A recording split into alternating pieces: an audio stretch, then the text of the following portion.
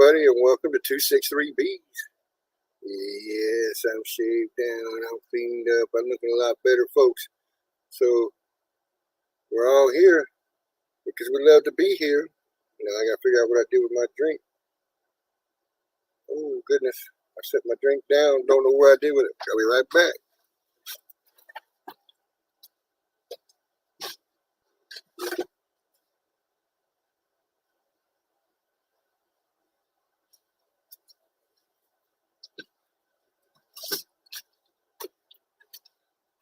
Yeah, thank you for welcoming me back to my show.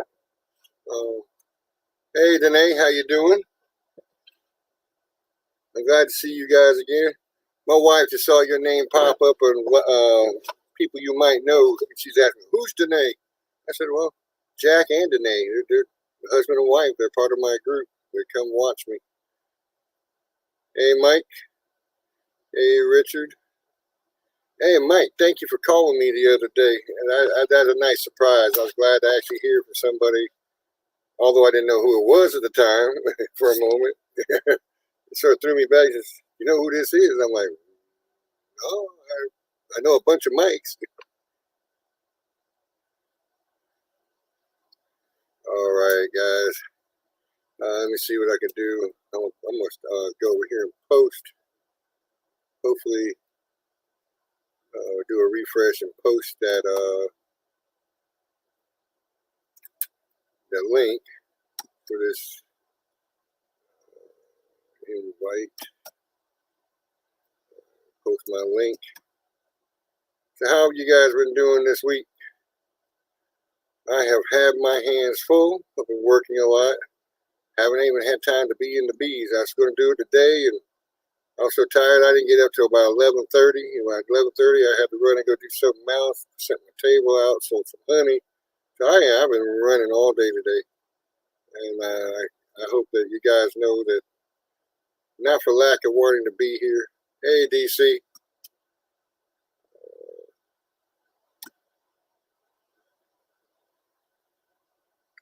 Oh, there we are.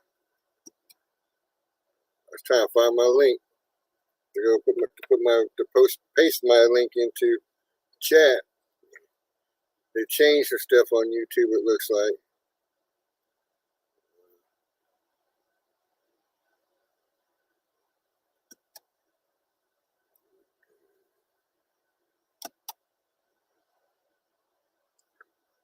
All right, I got some feedback, guys. Sorry about that.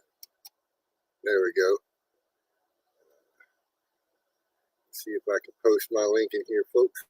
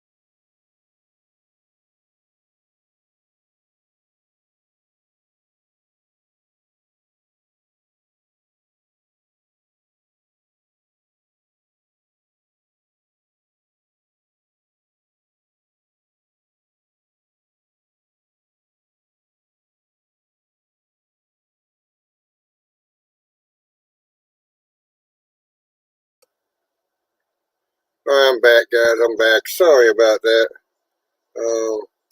Computer decided he was going to do an update and left me scrambling. I don't have but one computer anymore, so this is where it gets a little tricky sometimes. I had about 4 of them, and something's happened, and all of them have died.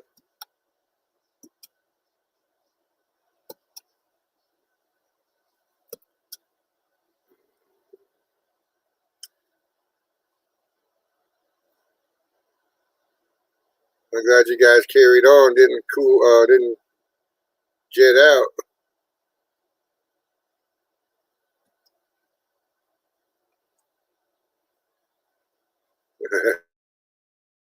Keep chatting, DC.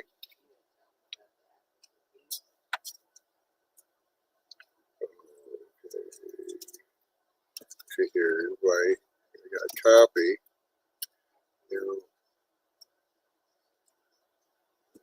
Here, see what I can do about this down here.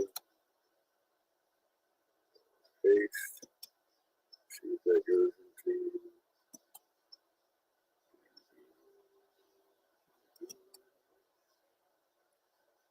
Alright, see what we posted in my YouTube side.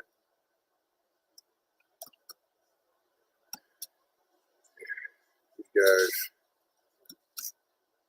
gotta love technology.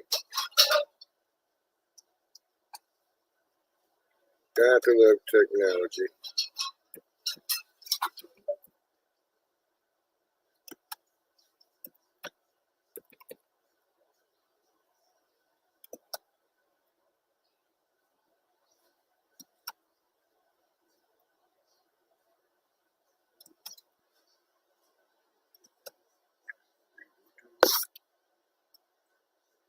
There we go.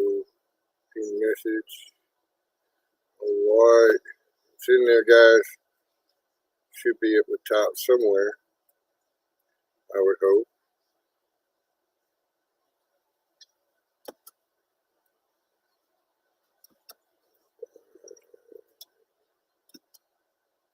Back in the studio. There we go. I haven't been able to harvest anything yet, DC, either myself.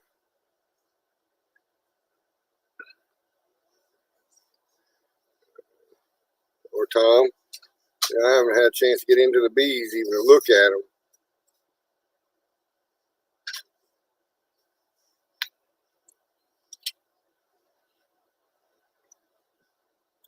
And being I think our flow stopped, I need to hurry up before I end up losing my harvest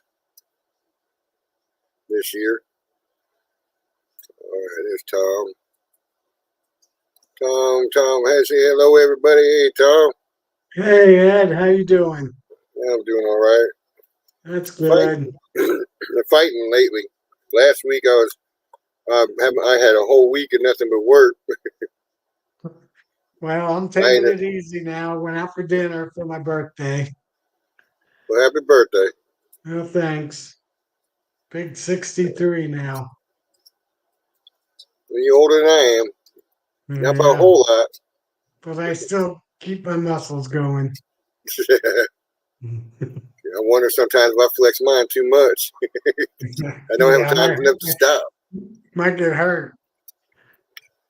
Nah. That's like I worked all week last week. Monday I called in. I didn't get out of bed till afternoon. Oh, man. I was awake laying in bed, but I just wasn't getting out of bed.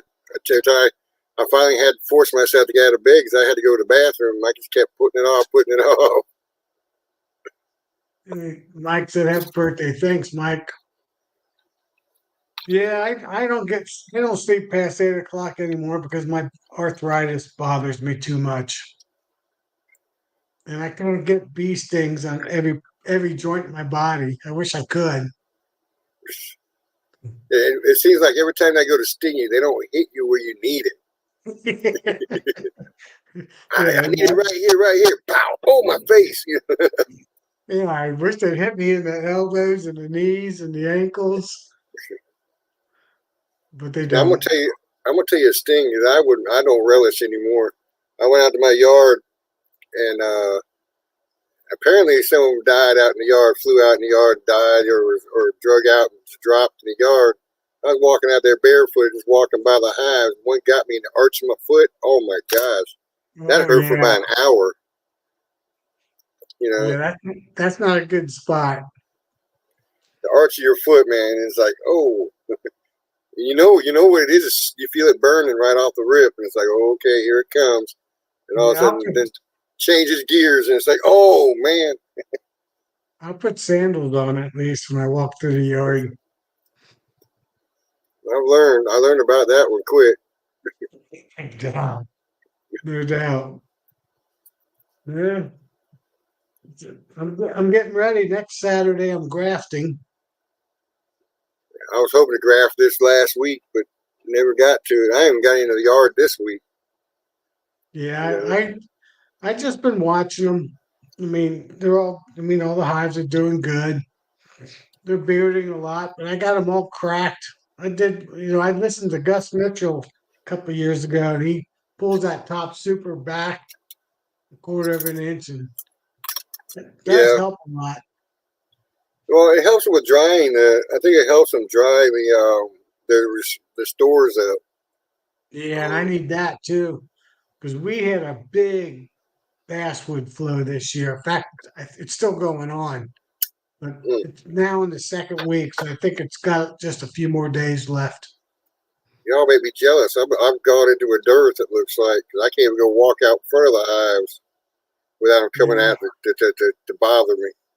right. That's a tail. That's a sign for sure. So they're gonna really get after me when I go to try to pull all their honey off them. Right. As soon as I pull all the honey off, I'm gonna go to feeding the syrup for a little while.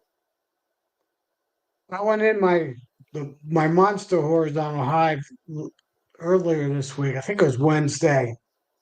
I had a little swarm that I caught that was probably I didn't even post anything about it. That was only one frame big, but it really had a nice, huge, a big mated queen in it. I was kind of surprised. I figured it'd be a virgin queen, but it was a mated queen. So I went in my horizontal hive that has three hives in it, and I stole a couple of frames of brood. But I was surprised I had dozens of frames of very wet nectar or pollen. I mean, not pollen, honey in the hives. And I was kind of surprised they weren't capped. Huh. That, that's probably Well, just they'll showing be how much flow was coming on. they'll be after solstice queens, and if they cap them. Well, yeah, well, yeah, but all the frames had wet honey in them, so nothing. So, oh yeah, I always graft after the summer solstice because I think they make the best queens, Well, and they, they the queens they in the drive spring. hard. They drive hard because they know that winter's coming. Yeah, and then when spring comes, they're ready to roll. Yeah, I mean that's what I noticed about Holly when I got her. When I caught her a swarm, she was a freshly mated queen, and she was still real small. And put her in her clip, and she rolled right on out of that clip. I said, "Well, I guess I'm just dumping all y'all in the box to see how it goes." She stayed. Right. She stayed. She's actually been that Holly's lineage out here in the yard is probably 95% of my bees now are just hers, Wow. and she's done good. She lays up bricks. You know, they collect a lot of honey. I mean, they usually pretty well tempered until dearth. Right.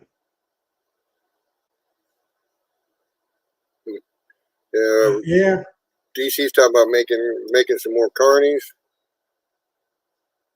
3 or 4 new carnies and 3 or 4 new queens and singles. I'm grafting from that zoo queen that I caught earlier this year. The thing is, I mean, I got three deeps and a super on it right now, and I caught that swarm in I think the middle of May, so it's rocking. But I know the Cincinnati Zoo buys the very best queens because they try not to treat, and I know the beekeeper, and I think that's the hive I'm grafting from. I know on her hive that she had that I got the queen from, I watched them pull out drone larvae that had mites on them. Huh. So I watched 5 bees drag out drones with mites on them. And I go, "Can I put a swarm trap in your yard?" And she said, "Sure." Yeah.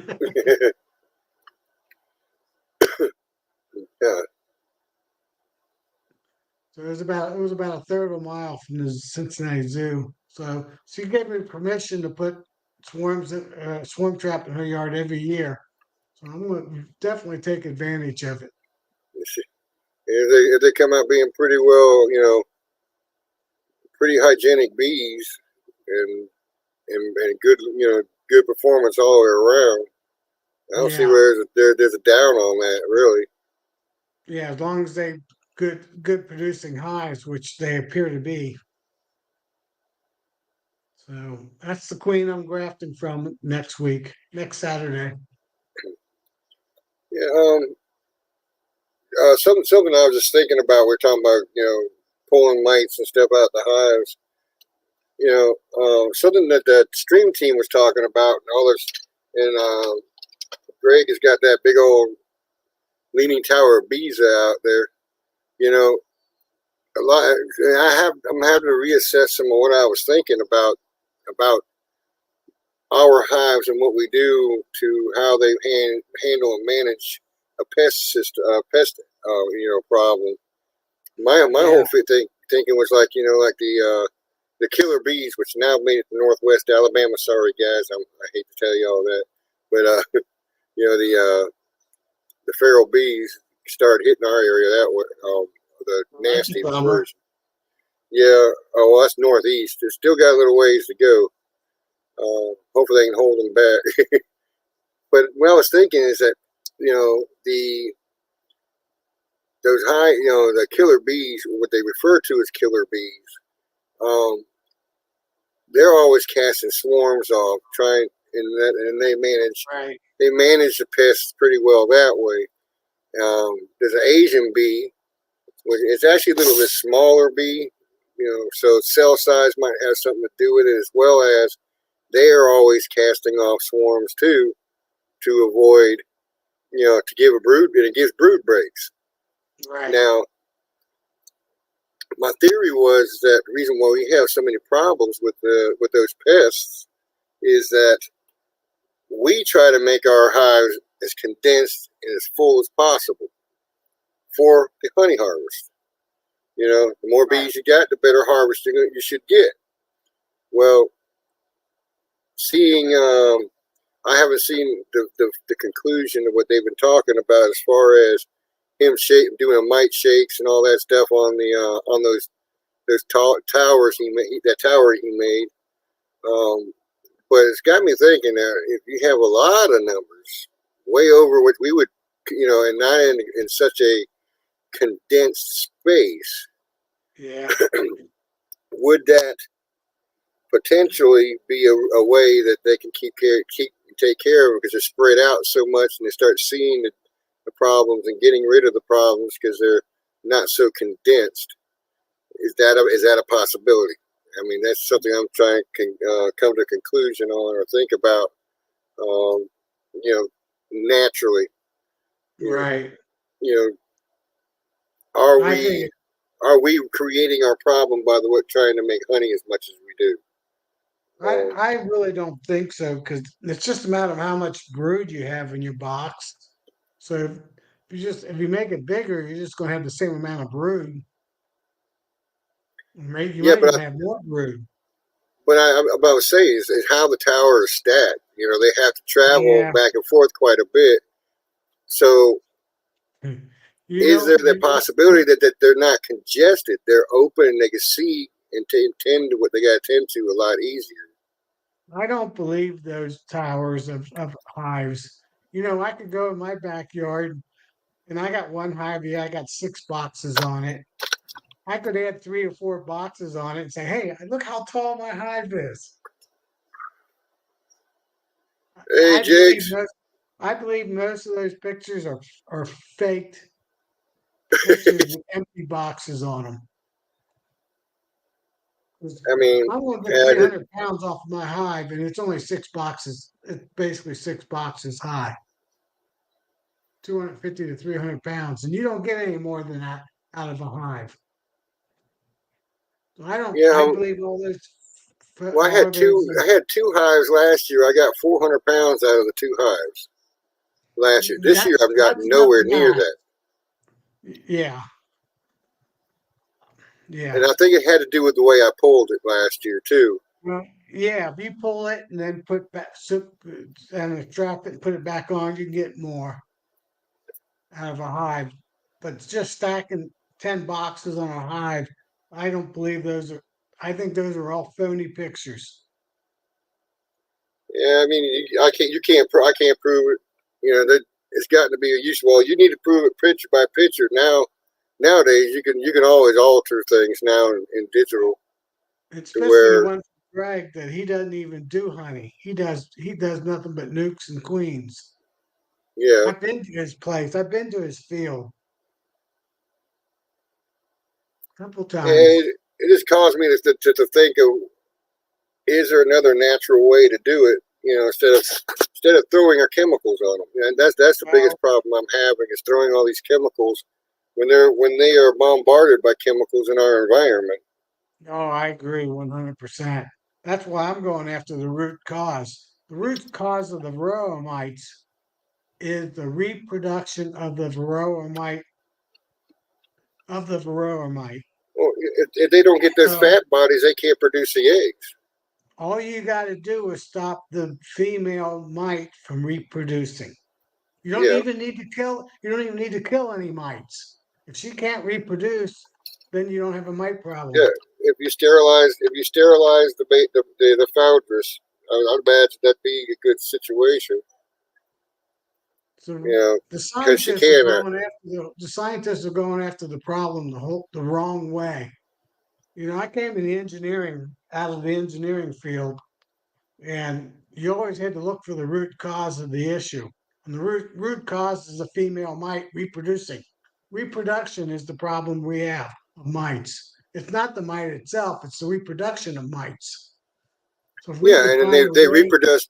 Well, they reproduce twice as fast as the bees do, and then they are a vector for viruses or whatever. I understand that.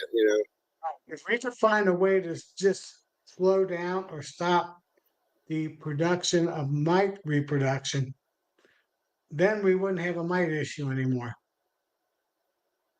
Yeah, You don't even have to kill mites. Just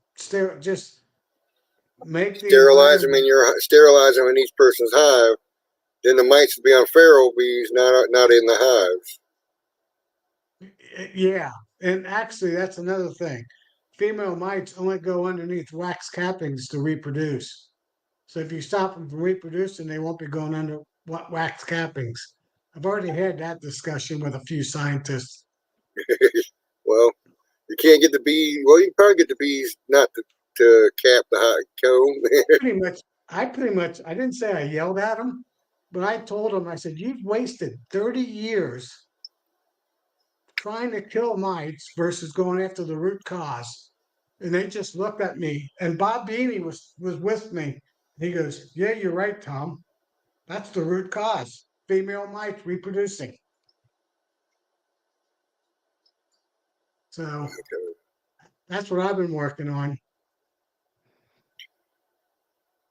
Yeah, I mean, even if you start feeding the animals DC organic though too, you're still gonna get the same problem with chemical overload after a while. They're gonna be where they're they're gonna build some sort of resistance up to it. Is what I think. Yeah, those are all what DC mentioned. Those are all bandages. They're all and even chemicals are all bandages to the issue. They're not actually addressing the issue. The issue is reproduction of the mite of the mite. Well, think of it this way, Tom, too. Doctors don't make money by curing a disease. Exactly. Yeah. They make money by putting band-aids on it or Yeah. putting things to carry it along for a while till either your body decides to put it in remission or whatever, Yeah. you know, and you're dumping all these chemicals in your body trying to fight Right. something. Now, sometimes, don't get Yeah. me wrong, there's I sometimes people have to understand. have that to put things in remission quick because they're further along than they should be. But Best patient is that's one not a that's cure. always best patient is one that's always sick but doesn't die. That means more money coming in. Yep. That means more money coming in. Same thing is happening with the beekeepers. They're not treating the root cause. Yeah, and normally I don't talk about mites or nothing, but I'm not against treating. If you think you have to knock the numbers down, sure, treat. Yeah. I'm not against it, but personally, I think that I'm by a bunch of fields and pastures and stuff, and people treating stuff for farms and stuff. That I'm worried about the chemical overload. You know, or even with the bees may forage from a convenience store down the road, all the syrups and stuff in a can, a trash dumpster or something. Right. What are they crossing and getting contaminated with there, dragging it back to the hives, and then the comb holds it because comb is a lipid, which is a fatty substance, and it's going to hold whatever chemicals they drag back. Right. And then you go start dumping your chemicals on them, and so I'm not saying I don't treat. I'm just saying that I watch when I pull a hive open because I got the way I built my hives. I didn't do it on purpose, but it's actually served to be an advantage. There's a bigger gap between between the frames, so they'll build the bird comb there, and they'll drop the drones in there. So when I open it, I end up popping drone comb apart, and I get a view every time I go in of what condition the drones look like. If they've got varroa on them or not. If I start seeing varroa, I know that it's getting pretty heavy in there, and I need to do something. Right. Drones are a real good indicator to check for. Yeah, I agree 100%. This DC says here, it says all you can do is make sure they have that they best variety of food. Cycle your comb more often than that's true. And I'm only 3 years in, so I don't really have any old comb as of yet. Right. I may have one or two that I've gotten for somebody else in the past for when I was making when I first started, and to use as a swarm for catching swarms. Old brood comb there, but for the most part, DC's got a point. Cycling it out the best you can, Yeah. but if you don't have it, it's gonna be hard I, it's gonna be hard to do it. over the winter time, I heard Mike Palmer talk about he thinks the number one killer of bees is chemicals and not mites. And he thinks if we could get hives that were more chemical free, the bees would handle the mites better. And he's been trying to go into his hives, putting new foundation, new combs and frames in all his hives to reduce the chemical load out of the hives. And he's just now this year doing a study across 30 other beekeepers across his area to see if that reduces the mite load of a hive. So that'd be You, an interesting study whenever that comes out. that'd be interesting to check out. When if they have the test done to make sure to see the chemicals that are in his area that are being held in the wax, or if there is any that find year after year that's consistent in there. He, Or Mike did test with 30 different beekeepers and all the wax samples and wood samples, and he found very, very high levels of chemicals on the wax and the wood of these hives, all of them, his yard and all his club that he belongs to. Well, and some of that, you think about the woodware is people don't seal your woodware inside the hive with any wax or anything to seal the Right. pores. So you got something that's porous, and I burn most of mine. I scorch Yeah, them, see, I don't do that either. and that sort of closes off the pores some too. Doesn't mean that I'm doing anything grand or grandiose or nothing else. Is that I feel that I'm sanitizing it somewhat before I get the bees on there to do something. And then what are they foraging? What are they foraging for their propolis? And they're sticking onto a porous surface. And 'cause that's what they're going to do. They're going to put propolis all over it. And what are they foraging for the propolis? Is this causing some of the problem? Whether they're foraging or what's being treated that they're foraging for? Yeah, yeah, I mean, there's a lot of stuff, and then they seal it up with the propolis. So then now that's sealed into the wood that nobody's treated or sealed prior. I mean, I right. don't know if sealing. I don't know if dropping it into you know a wax bath before you put your frames together or not would help. I don't know. Yeah, I'm thinking about maybe wax dipping my frames now before I put the plastic foundation in. I mean, that at least that would seal up all the poreness of the wood.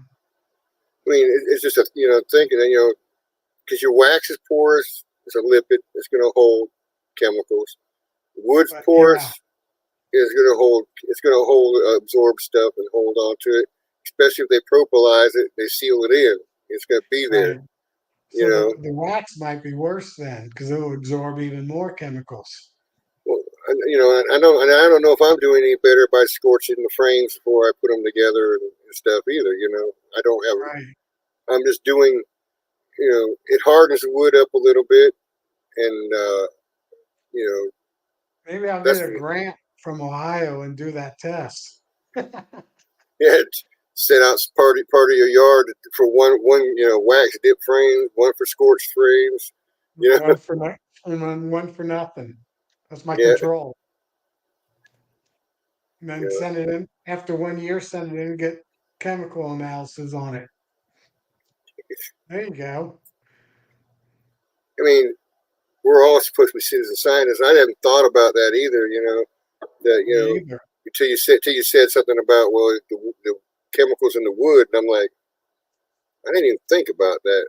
But it's been a habit because I know that scorching wood's good for it. It Yeah, he seals up did the pores. he did pollen, wax, and wood. It was his three samples. He was doing chemical analysis on them. Some lab he was sending them to, and he found it wasn't just there was an acceptable amount in all products, and he found it was hundreds of thousand times more chemicals per parts per million that was allowed. Hey Tom, I gotta answer this. DC.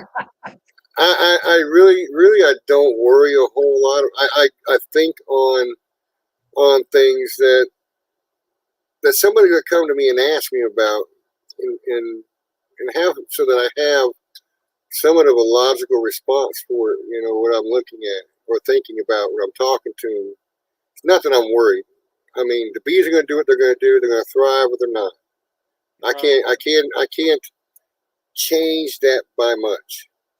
Just by making sure, looking in on. That's all I'm really doing. What we should be doing is looking in on, making sure, clean up a little bit here, clean a little there. You know, Yeah. collect the honey when they make the honey, feed them when they don't have anything. I mean, I don't. Do you know how many times I go into my brood box a year? Yeah, you say you don't. I know you say you don't go in. Two times. Oh, two I do times. it.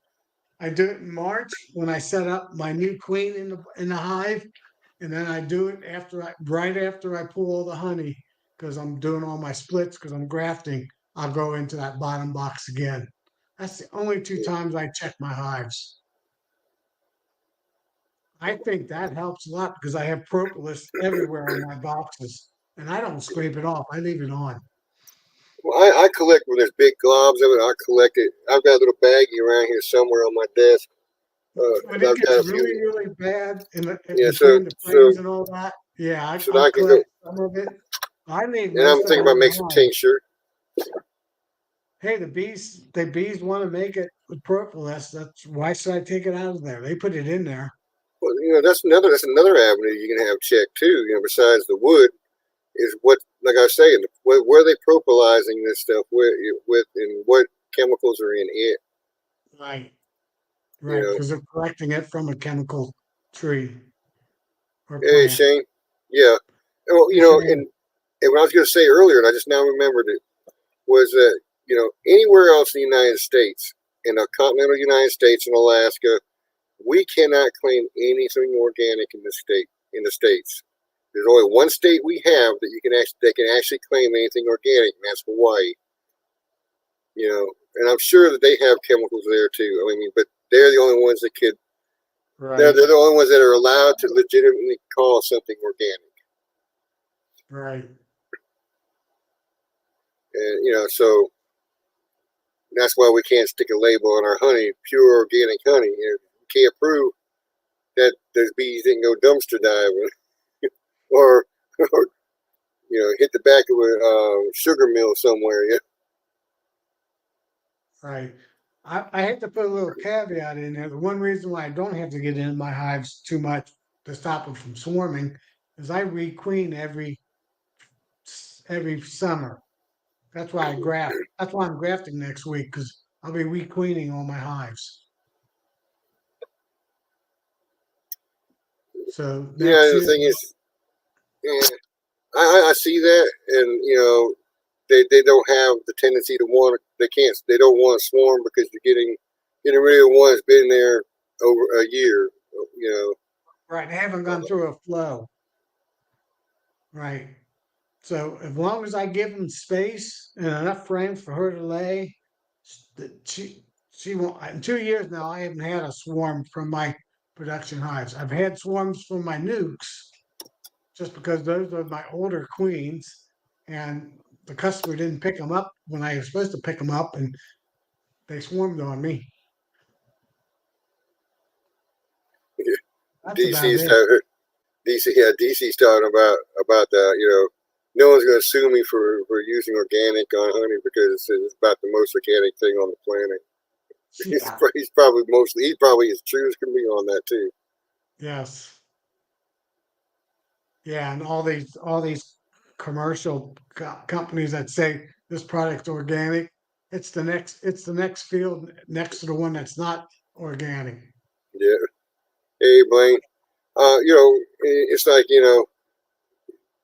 if someone wants to claim that their cattle is grass fed, they put them in the pasture and they lean over the fence and eat grass out the field next to it. Well, they're grass fed now. Yeah, So, so that's how they can get away with calling it grass fed because they leaned over the fence and grabbed some. Yeah. right, right. Reach their heads through. Yeah, I wasn't gonna get on here very long. I was hoping some other people would hop on. Yeah, I think Bob avoids me now, man. Doesn't come. I don't see him that often in these. It's Brian. I tried to get him on a couple of times. Yeah, Brian will hop on occasionally.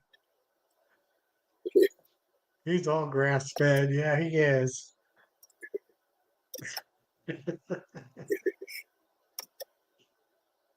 Yeah, I get grass fed too. When I fall Yeah. down, trip up and fall in the yard, and I end up eating dirt. When I was young, I was barley seeds fed. uh, Barley seeds. Yeah, barley and hops. Yeah. Yes. Well, the only thing barley and hops that's out of the bottle. That's probably why you're tripping in the yard, right? You got it. Those were my younger days.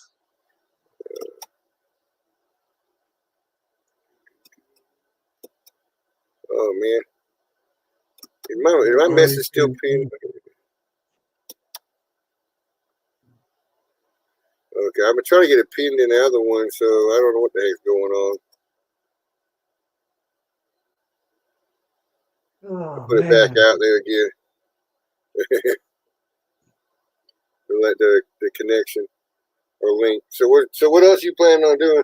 I want to get some more. I want to try to do something in my yard, but I know if I want to get rid of all the queens, because I have 2 different swarms that I've worked with these last 3 years, and they both do pretty good. But you know, the holly, the bunch out of the holly hive, they have maintained my yard for a long time. And they're the ones that supply everything for the yard. You know, extra brood. You know, when I Right. go to split and everything, she pumps it out so fast. No, they pump. Even her daughters do the same thing. Yeah. This is my busy time because next week and the following week I'll be pulling my 38 supers and I think 18 deeps up from my hives. And at the same time I'm grafting, and as soon as I pull those all my boxes off my hives and I'm back down to a single deep or a double deep, I'm pulling 2 or 3 frames from every hive because they got so many numbers. I got to pull some of the bees out of there Yeah. anyway. Well, when you I'll reduce pull, them down, I imagine. yeah, I'm going to reduce them down and make up 40 nukes. And all my grafting will be going into those. So I'll probably do 2 grafts, one on the 29th and probably one the middle of the week, right around the 1st of July. For how many that didn't take. So if I get 35 out of 40, I'll probably do another 10 more on the second graft. So this is all for 2025. So really, I'm starting my 2025 season next weekend. Or actually, I already had started it because I started my builder's cell builder last week. Oh, So I'm closing up 24 and I'm starting year 25 this week. well, hey Really, Brian. Hey Brian, 24 goes. I got a new flavor. I got a new flavor of cream honey now. It's mixed berry. There you go. Well, actually, it's made out of mixed berries and banana, freeze dried. Yeah. But it actually come out pretty tasty. Hey, Lee's here. He can hop on. He's the expert in this stuff. Yeah, Lee. Lee. Oh, if he doesn't know it, she'll pull it up on in Mission Control back there.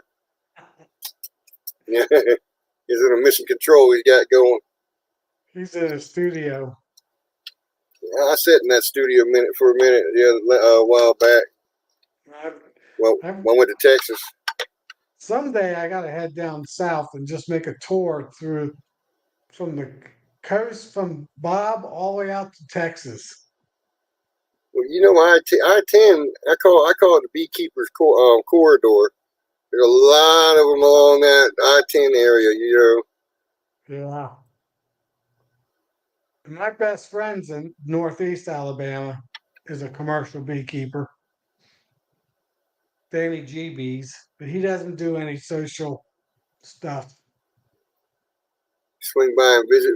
Swing by and visit Yappy in He's too Huntsville. busy.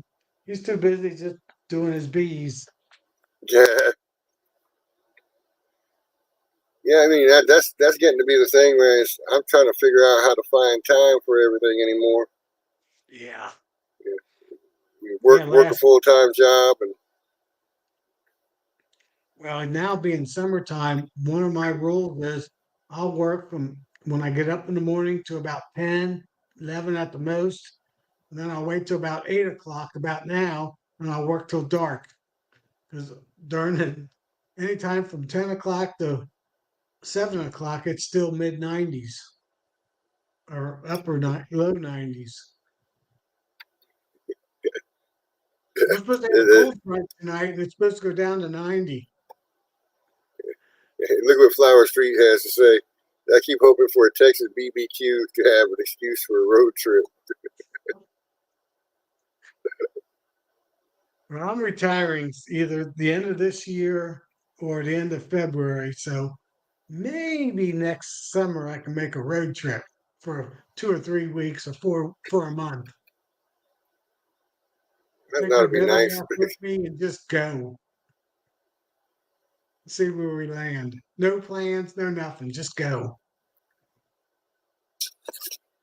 What you do is look for a local beekeeper. Hey, man, you pay me to watch your yard for a little bit? You go on a trip.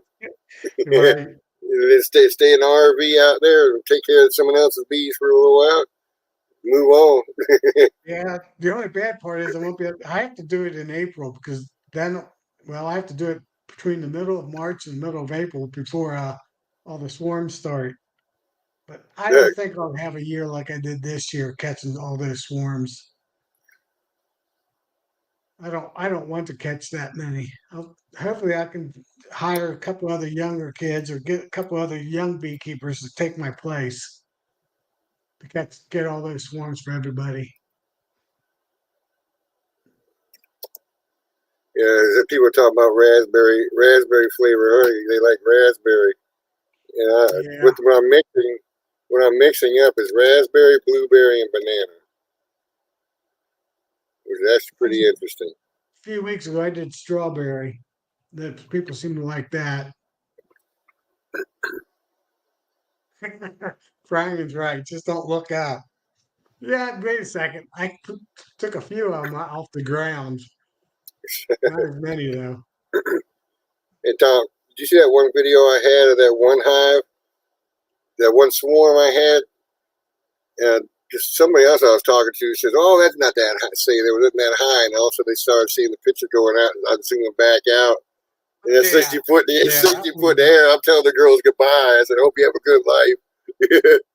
Well, I got a screen bucket because they attach to it. They don't fly out of a screen bucket. And I can get up to 35 feet from the ground. So if I bring my ladder, I can get up to about 45 feet. But my tallest one this year was about 35 feet. I had it Well, I had it fully extended, but I wasn't stretching my arms.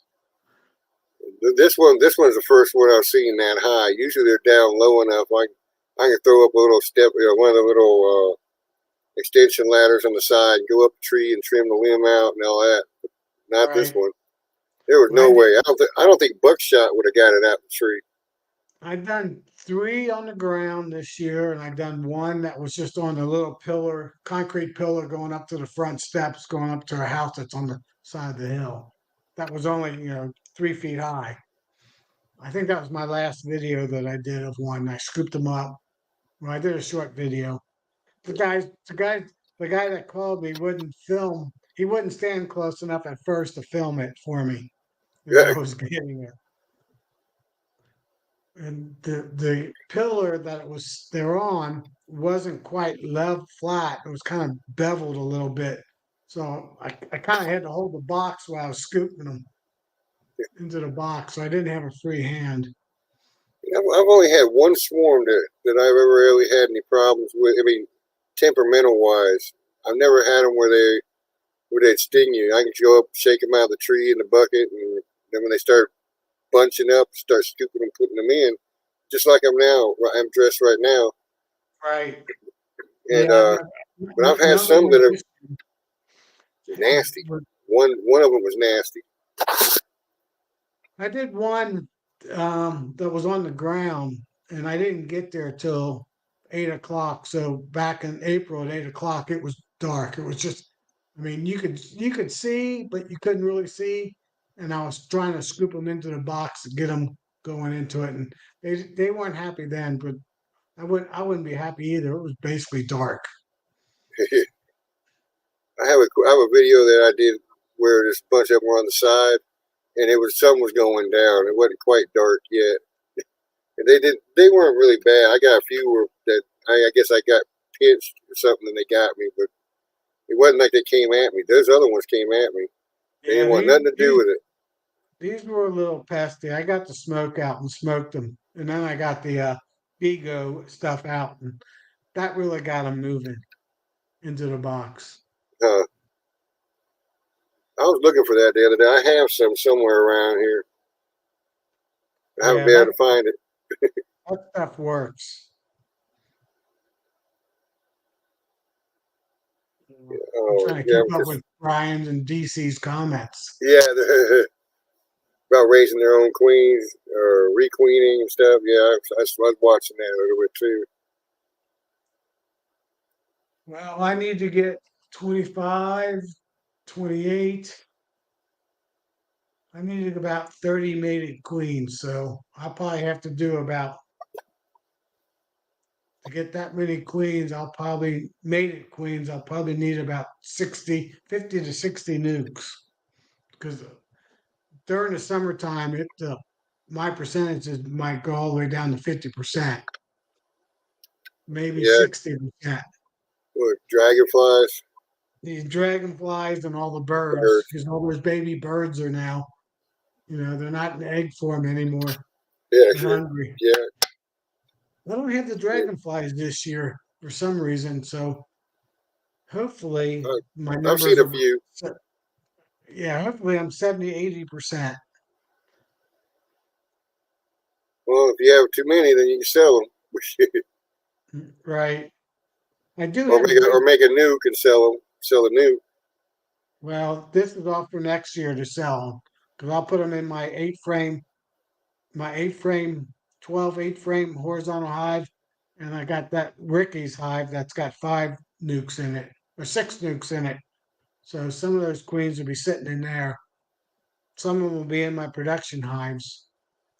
Because I don't, I've explained it on other sites, but I don't know if I've explained it here, but I overwinter a little bit differently than most people. I overwinter with a double screen board. So my 2024 production hive will be in a bottom deep by herself, no other honey above her. But I'll put 6 pounds of a sugar brick on top of her. But I'll be feeding her that. Well, I hope that 7 or 8 frames in that box are full of honey, of sugar honey. And then I'll put my double screen board on. Then I'll put another box on top, and my new 25 summer solstice production queen will be on top. And I'll feed her till Christmas or until it gets cold, cold. Where it freezes, where it's frozen, it never goes above freezing. I don't know about that around here. Yeah, you differently where you're at. But usually I can feed into middle of December or the end of December because we have 2 or 3 days at 50, 60 degrees in December, and I'll feed them. I'll be feeding them. And so my goal is I don't put honey above them. I put honey on them. So each box will have basically my goal is 9 frames of honey that when they go in their ball, they're going around honey. So they're on honey. They don't have to go up to another box above them to get the honey. Yeah. Did you see what Lee wrote? He says, "Hey, he's wearing his Batman shirt." The DC, then Okay. DC comes back with well, I'll be so wear my Batman shirt. Well, the shirt fits Lee Bruce Wayne. That's funny. He's in the Yeah, Bat cave, and then he says, "I'm in my Bat cave now."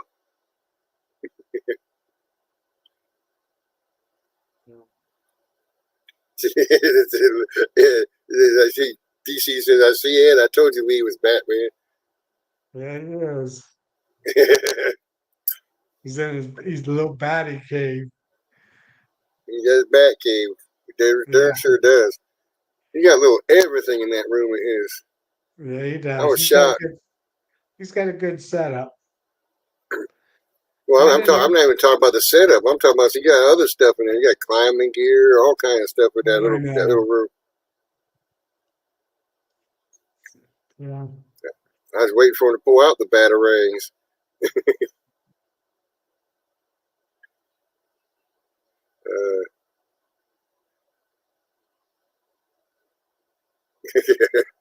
DC's talking about was that Geek Box. I was looking at some of that a while back too. Yeah.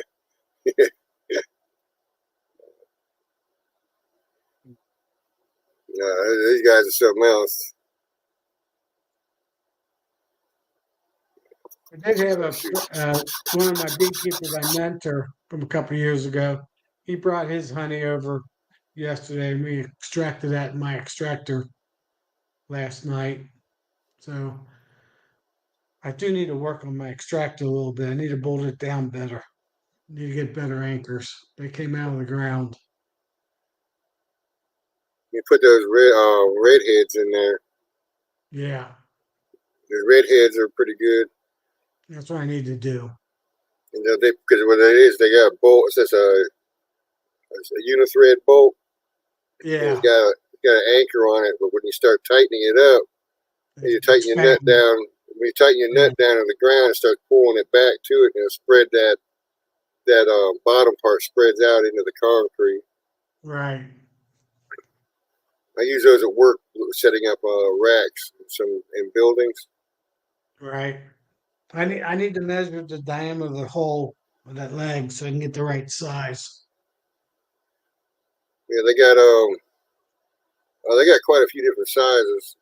Right. We usually use 3/4 inch to an inch to hold down racks. And now when you're drilling that hole in that concrete, don't go too far. You will hit that red dirt. Where they laid the foundation, or grade. My son poured that foundation, and I got 6 inches of crushed limestone and blacktop.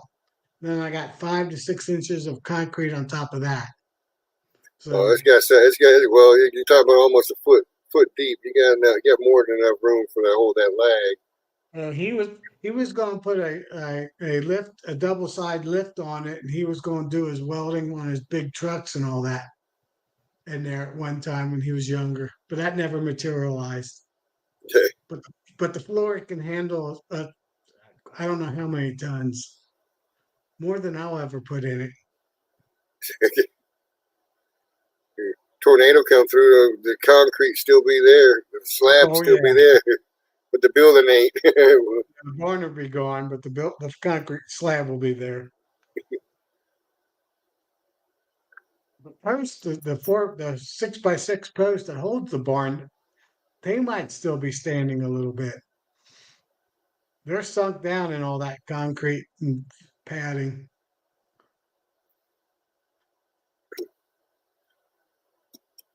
Well, I'm putting this out here as DC put out there. Yes, Lee. I said I have to agree with DC on that. I agree. The help that you've done and the things you do. I appreciate some of the things you've done for me, and you've done a lot for other people too. Right. So we thank you, man. He's a good guy. Everybody is. I haven't met a beekeeper that wasn't a good person. Now, I can't say that. I've met a couple who've been. If they ask you a question, one of them asked me a question: "Do you feed your bees sugar water?" And I said, only during the winter. They fly sometimes. They have to eat something. Oh, I never feed my bees sugar water, and this. I said, then they just shut down right after that. I'm like, okay, nice talking to you for a few minutes. Yeah. The few minutes I got out of you was pretty good. I think probably got more than I expected. Right. But most of the time I'm running all the people we meet on here, and between Bob's and Ricky's lives and stuff, all the people we met. I love each and every one of y'all. Y'all been there. You talk. You listen to me babble on when I didn't know what the hell I was talking about. Yeah. So I appreciate all that, and we'll try to be there for everybody if we can.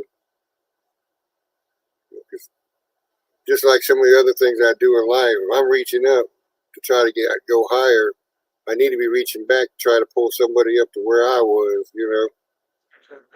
So it's like a monkey. Like you ever seen that? Barrel monkeys. That's what I sort of think of life should be. If someone's pulling you up from one side, you need to be reaching down to pull somebody from that side. Yeah, it's funny you mentioned that. And right now, I'm fighting my HR department where I work because I'm retiring at the end of the year, or February. And I only want to work 30 hours a week, and they consider that full time. And I told them just pay me for 30 hours a week. I don't need the extra 10 more hours of pay anymore in my life. And they said, no, you got to work. But I've been taking off every Friday. I just don't show up for work. And they keep emailing, what are you doing today? Well, I'm not coming in. They don't understand. They don't, I'm the master of what's happening the rest of this year, not them. And if they say something, maybe I'll be retired next week. Just Yeah. walk out. If they looked at my office, I got everything down to I just need a little box this big to put the rest of my stuff in. Yeah. So I got everything closed. All I got to do is put a couple things in my box, get my box out, and I'm gone. So I'm fighting with them right now. But last 3 Fridays, Some people just don't same way. um, Some people just don't see life in a realistic manner. right.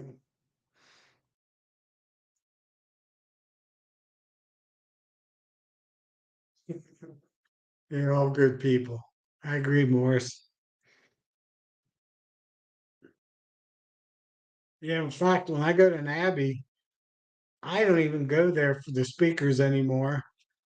And I just go there for the friendship of everybody, and maybe seeing if there's any new items out there that might be good. And that's about it. Because Talking there about isn't that, any, that last three years, there really hasn't been anything that much new.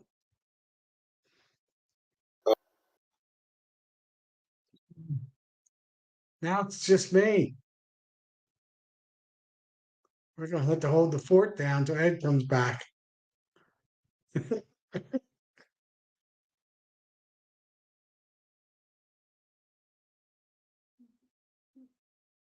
Oh yeah. At least there's comments coming on still. Yeah, it's a live Tom show.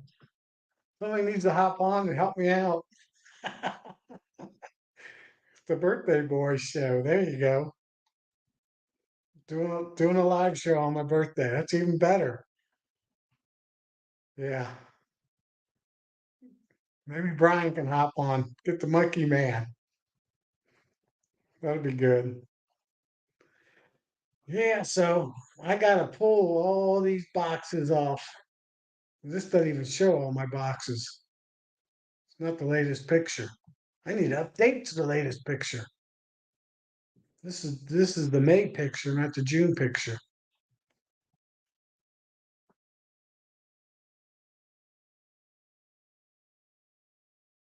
Yeah, it's showing I did have so far. Got to sleep in since it was a Saturday. Can't beat that. Ed's back. yeah. I don't know what the heck happened. It said that something about Firefox crashing. Oh yeah.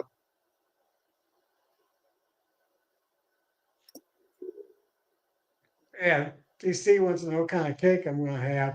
I'm gonna have ice cream cake. Ice cream. It's time of year for it.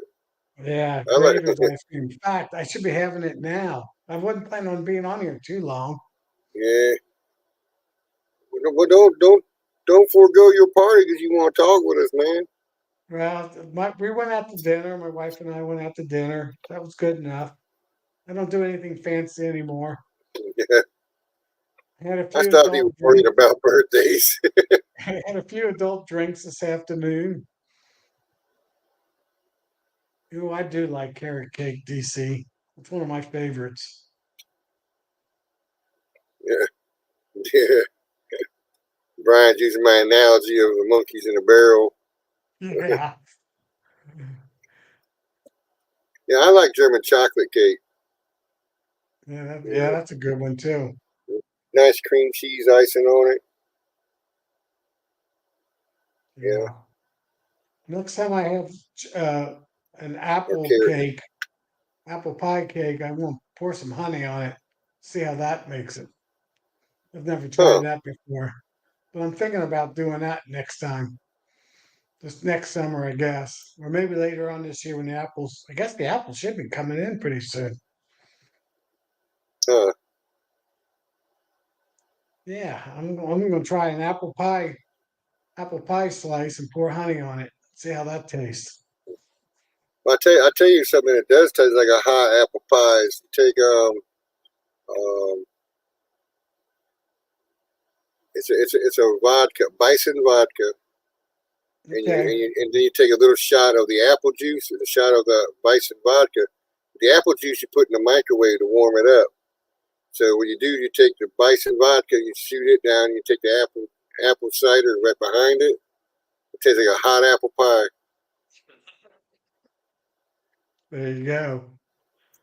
And it don't take too many of them to wreck you either, though.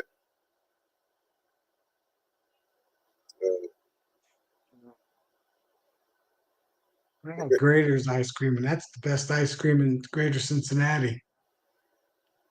I haven't heard of that. I guess I'm missing out on something. There you go. Yeah, it's good ice cream. So I might have to jump off for a second to film it, get some. Yeah, yeah. I'm used to like Briars or Bluebell, Yeah. Blue Bunny. Texas was Blue Bunny. That's actually a pretty good ice cream. Blue Bunny in Texas. You guys got Publix down there, right, for your grocery store? Yeah, we have Publix around here. Yeah, I used to do a lot of work for them. yeah. I programmed a lot of equipment in that Publix manufacturing plant in Lakeview, Florida. Huh. Okay. My son worked at that one. I worked at Winn Dixie as a butcher for a while. Yeah, I've been in probably half of those buildings they have along that street there. Can't remember the name of it. I don't remember if they're. I don't think I ever did their ice cream. I did their cakes. I did some other stuff programming their equipment. Now we got to talk about ice cream in here. James I gotta knows get his Briars. well, DC started with kind of cake I'm going to have. Well, I'm doing ice cream instead. Yeah, well, I think the best Briars I like is vanilla bean. Yeah, Yeah, it's simple. It's simple. I can put on it what I want to put on it. I like vanilla bean better than just vanilla. Yeah, and then you take this chocolate syrup like I got right here, and you go and Yeah, dribble it on it, mash it in there. mix it around. Yeah. So I mean, I'm hoping. I mean, my honey hasn't been selling, even though I have less of it. It's not been selling like it did last year. So I don't know what I'm doing, something different or what, that they don't like. I don't know. I'm trying to figure it out. Yeah, I got an offer a week and a half ago to sell my honey in Kroger stores in the Cincinnati area. You have to have a lot more hives. Well, I asked them, I said, I don't know if I can make that commitment.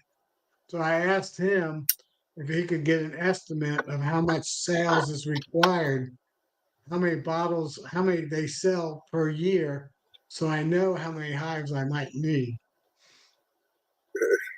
So I threw it back at him and he hasn't gotten back to me yet.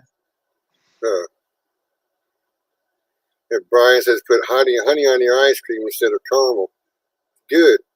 Sounds good. Oh, Why those you sit great. there and watch that honey crystallize as you're putting it on there? Go put cream honey on it. Then you don't Yeah, have to worry about it. you don't even have to worry about it. Wait for it. It's already crystallized. It's already there. Grater's ice cream, you don't need to add anything to it. Yeah, DC's talking about buying a new ice cream maker. Now you got me wanting one. Thank you, DC. I like I making got enough. homemade ice cream. I have enough projects. I don't need any more. Well, shoot, that ice cream machine ain't a project. You just dump everything in there and let it churn till it stops. Yeah, but still a project. But back in the day when I was a kid, all of us kids, grandma would pull out the ice cream machine, put it in the sink, down in the basement. We all take turns. Your arm get tired, the next one jump in and keep churning. Yeah, but that was a treat though. Those were good old days. Yeah, Didn't have seat belts. Everybody, we had 15 kids in the back of the pickup truck yeah. going down the side of the road. I've been in the back of a pickup truck like that when I was with a bunch of his kids, and my stepdad got in a wreck, and we went flying all over the place. We had a camper on the back of it, though, a camper shell. So we were thrown out. We just thrown from one end to the other, Right. always laughing and stuff and hurting and bleeding. Oh, it was Yeah, fun. we all survived. Yeah, shoot, we were let run the streets and in the woods and everything else, and Yeah, as long as you were in before the street lights came on, you were fine. right. I'd walk And down then, the street to the big farm that was across the street down the road with my gun loaded. I'd just walk down the street with my shotgun or whatever I had.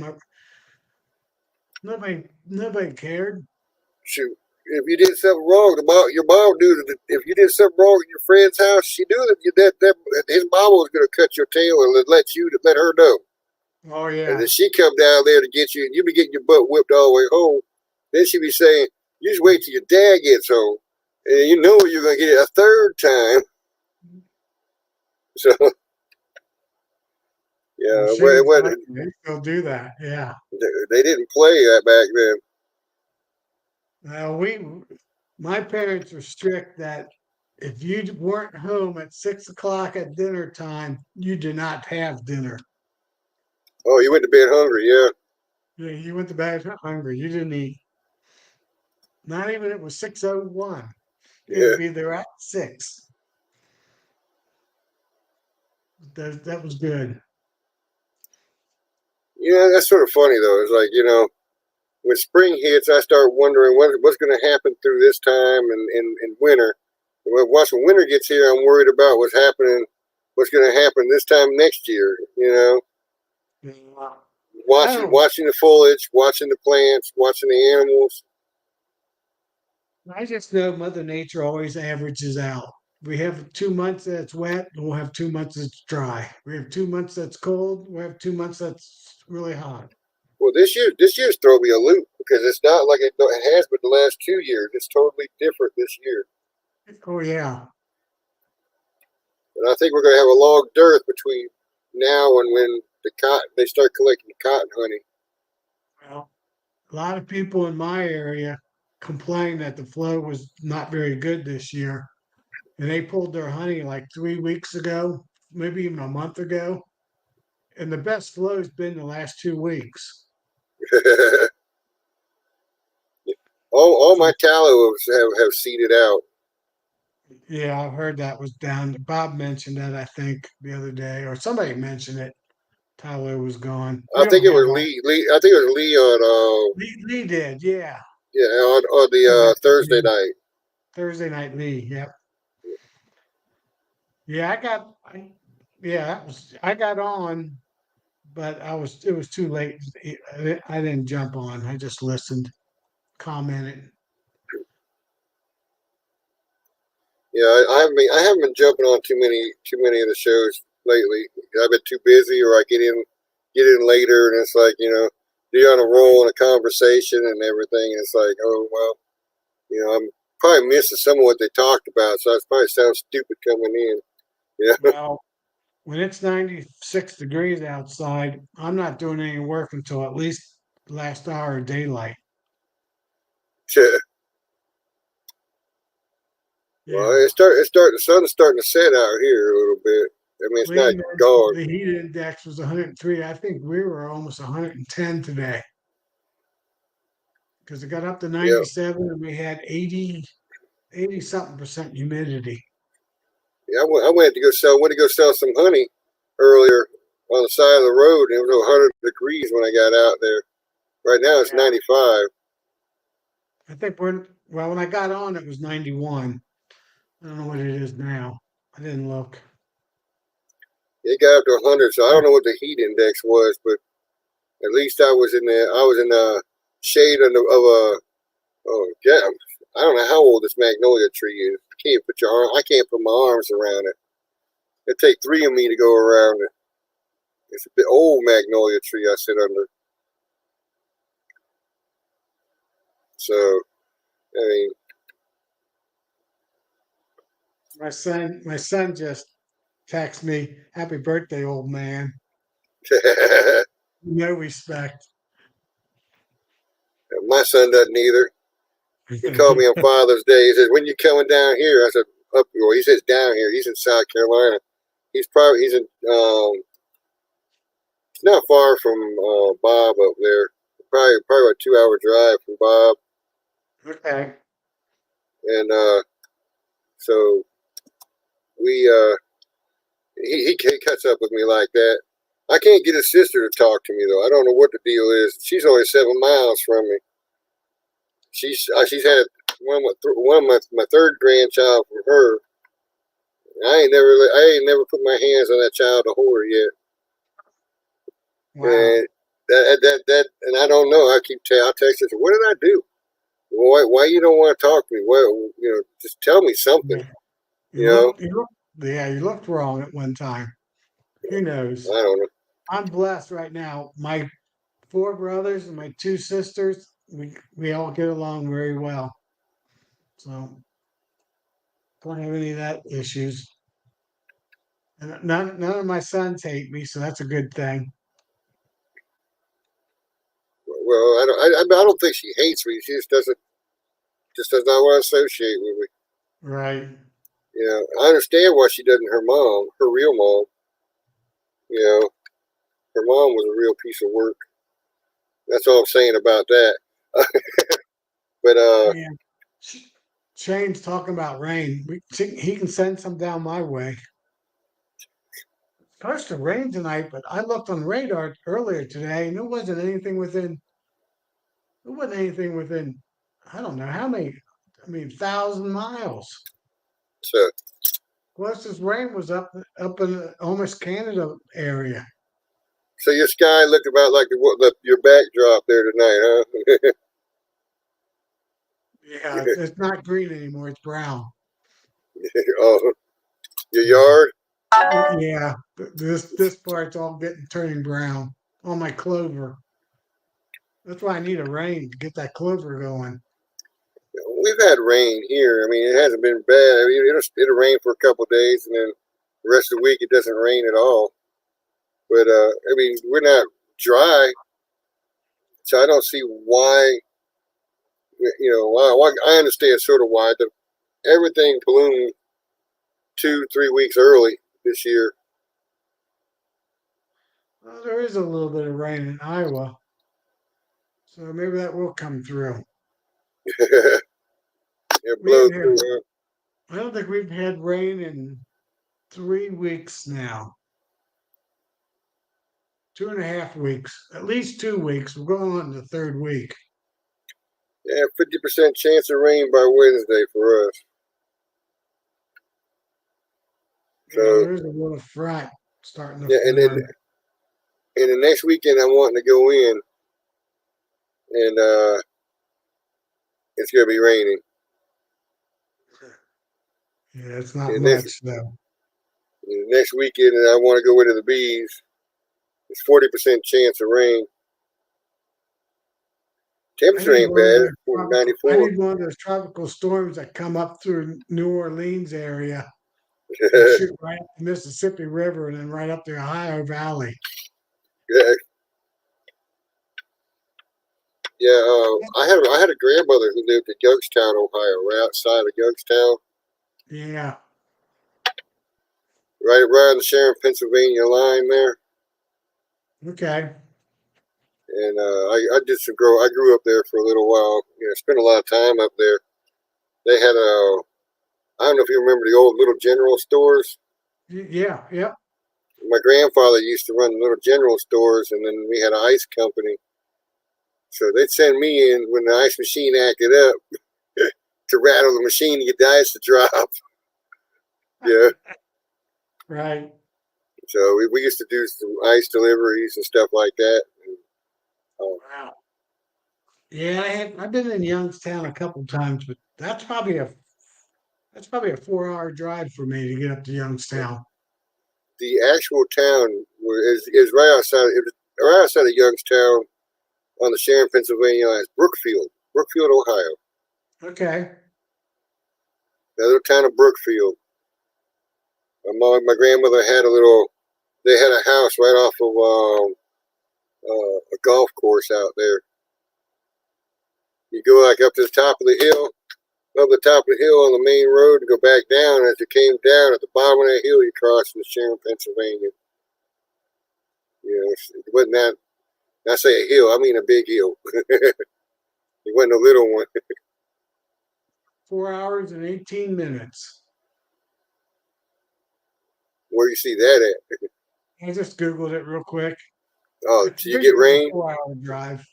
Oh.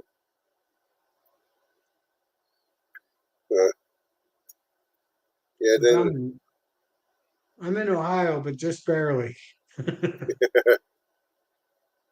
My bees actually can almost, if they flew more than 3 miles, they would be in Kentucky. But it's 3 miles to the other side, to the bank of Kentucky. So I don't think they go into Kentucky too often.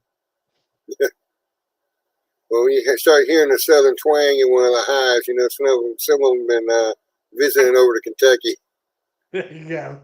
But do a little swearing thing in the hive. You walk by one of the hives, you start hearing the dueling banjo going ding ding ding ding ding ding ding ding. Uh-oh, I'm in Kentucky, dang it. You gotta check for the whiskey. Moonshine. I didn't go to Kentucky this year to catch any swarms. I did last year. I didn't catch any swarms in Indiana either. That's only 6 miles away. All my swarms this year were in Ohio. Huh.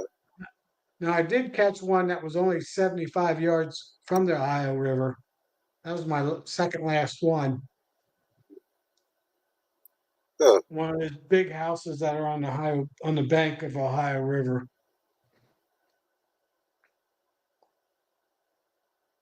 Yeah.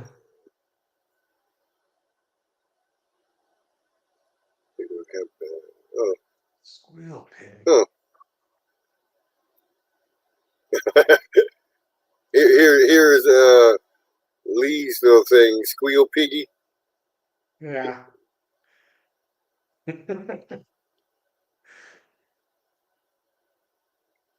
Deliverance. That's where the dueling banjo comes from. Is deliverance. Right. I'm just reading. You sure do got a. I can't You sure keep do up with got a all pretty one. DC's comments. Yeah, DC keeps it moving. Yeah. I don't know where he gets all this stuff. He needs to put that camera back on and come out here to visit, so we can see him again. See his little spaceship he got going.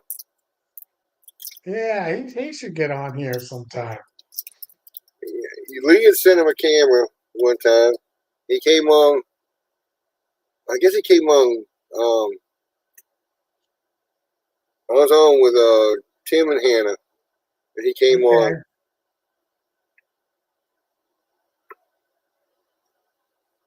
spend all my time alone.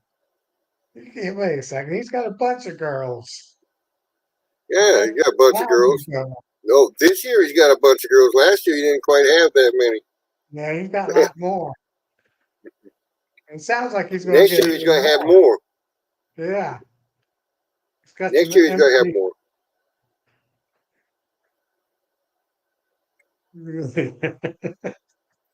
Yeah, Sometimes he's getting more comfortable in front of a camera. yeah. We're just all dudes, gals, Man, just sit. You don't got to pay attention to the camera. Don't even look into it. right? You know. I'm just talking to Usually the when I computer transfer, screen. usually lately I've been able to look because one laptop actually has a camera and screen on it. Now I was projecting my old one till it died on me from the laptop to the big screen TV on my wall. So it looked like I was looking like this all the time up there. I was watching the comments up there, Right. and I looked back down talking to the camera. Hey, So, hey, Ed, I am going to jump off for a second. I'm going to get some ice cream that I was oh talking man, about. go get you I'll be some. right back. Enjoy your day. Go I'll enjoy be the rest back. of your day, man. I'm not leaving. I'm just going to stop the camera for a moment. Oh, okay.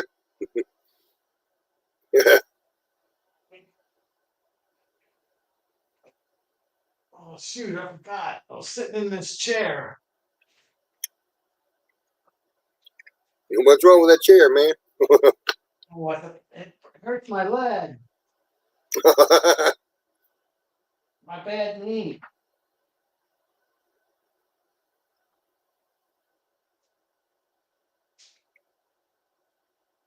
Sitting in that chair.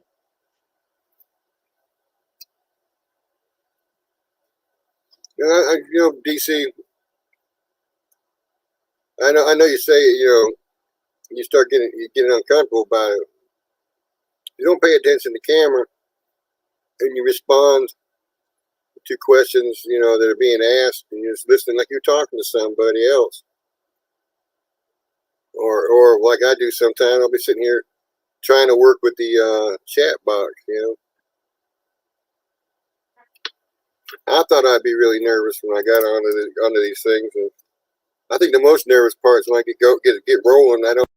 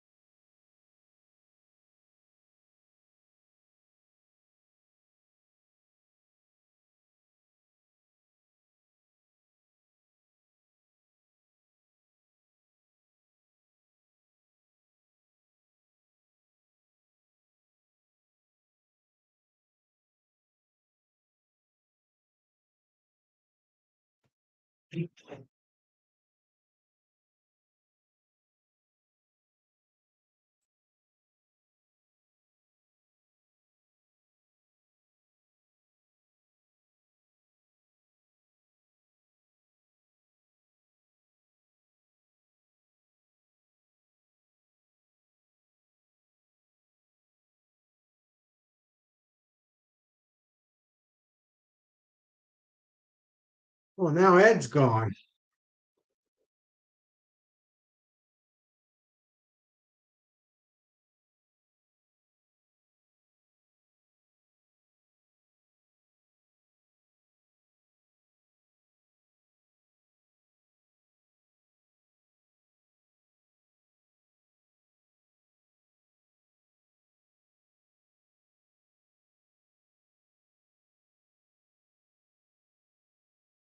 Right.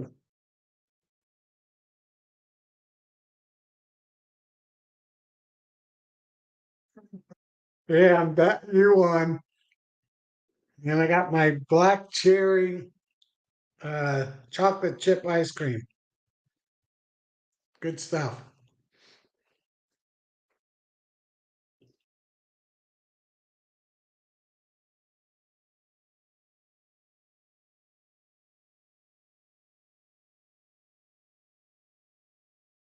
I didn't know it was popping off.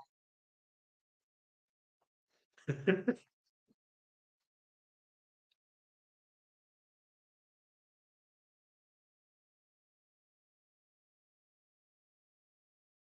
is good.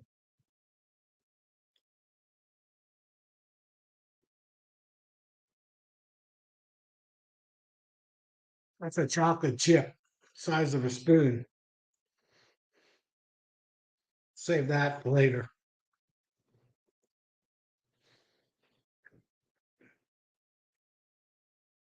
So now this is the ice cream social hour.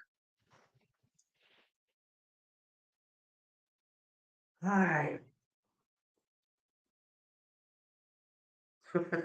Yeah, me too, DC. I never was very good. I'm actually a really good speller, but I'm very bad typer. And I like to skip all the little words because when I do programming, us, is, a's, and does, it's not in the programming language. Yeah, Sarah, at least I'm back. What should we talk about?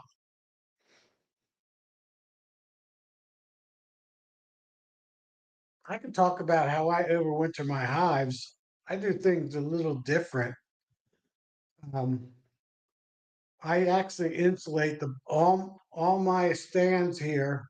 I actually have 2x6s as my foundation, and then I have a R6 high density board, and then an R3 high density board sitting on top of that. Then my hives sit on top of all that, and I leave that all year round. So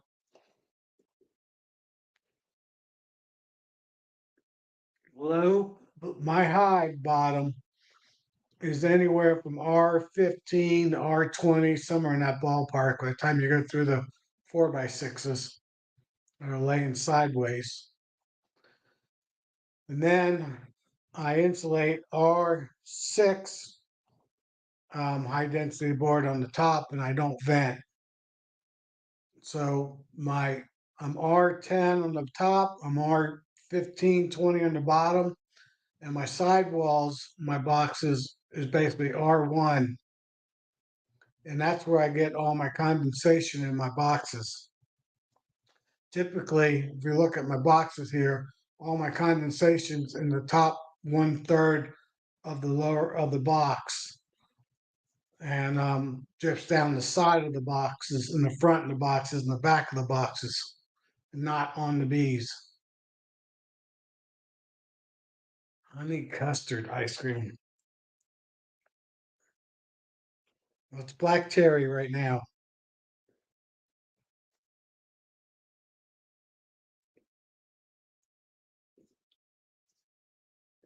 This might be my new favorite from them.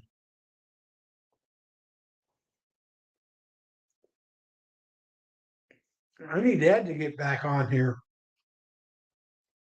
It's his live.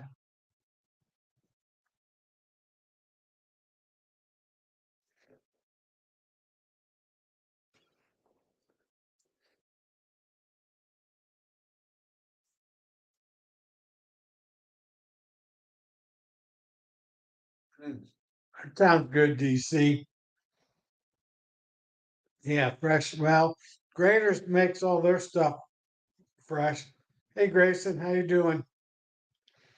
Yeah, this is the Tom show. I guess I got fired, Ed, even though he's the one that started it. Yeah, Shay, my flow's still going. Um, this past Tuesday, I saw about 14 basswood trees. and most of them are in full bloom, and a couple of the smaller ones are only like 20 feet tall, 30 feet tall. We're just starting to bloom. So I think we probably have about one more week, or this week will be the last week of the flow. Um, Now, if we do get rain tonight, like we're supposed to get rain, or first thing in the morning, and then we're supposed to get rain again Wednesday, the clover will come back because the clover, I've driven through the neighborhood, everybody's yards are loaded with clover this year. So um, we'll always have some flow. Luckily, here in Ohio Valley where I live, we always have flow even during the summer, but it's not enough to collect any honey from me. It's just enough that the bees are fed and they can keep raising brood all summer long. So it's not really a true dearth in the area where I live. There's always sage blooming. There's always lavender blooming. And until I get to August, middle of August, there's always clover blooming. So, um, so yeah, but I'd say for the flow of getting honey and putting honey in the supers, it'll probably be this week is the last week. It's usually about the last week of June is when our flow ends. And we're about right on schedule this year.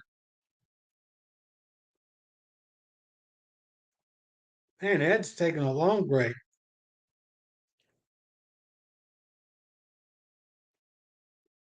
My ice cream's melting.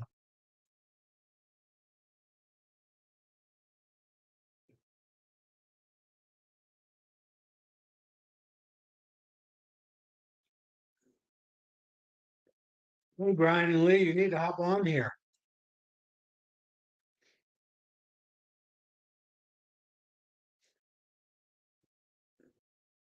Hey, Darren.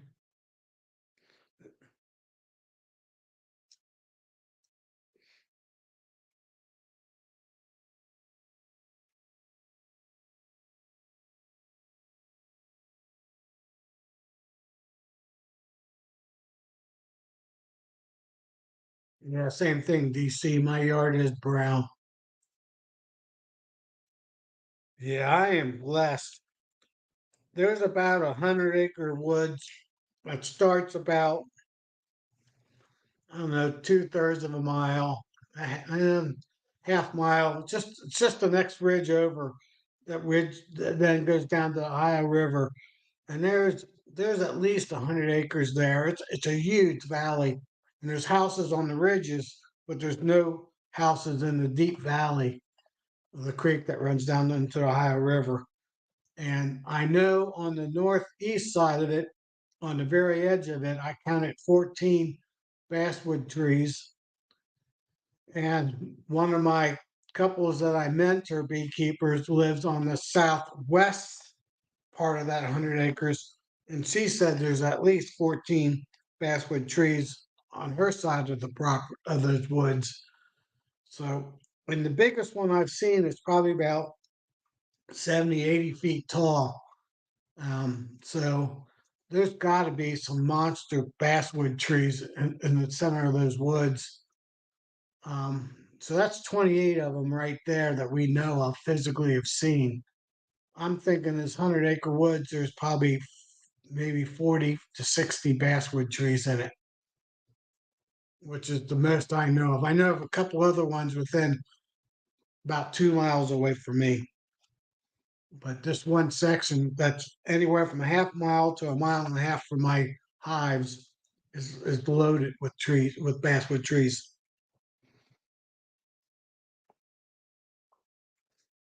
And they always bloom right towards, in my area, right towards the end of June, third week of June, right around my birthday time.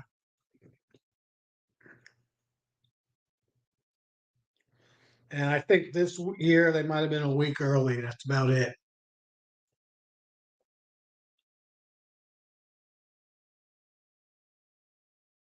I also know these woods are loaded with black locust trees. So that 100 acres of woods is a honey gold mine for beekeepers around my area.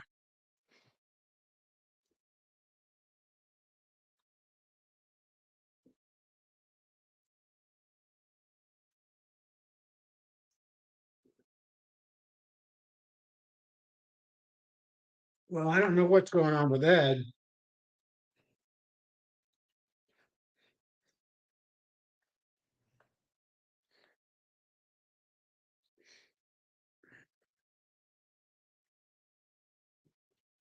And it's kind of funny, next to that 100 acres, just up the part of it is actually an apple orchard.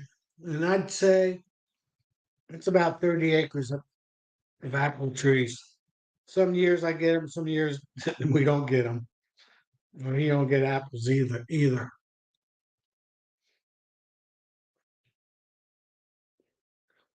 All right, my birthday ice cream's over with.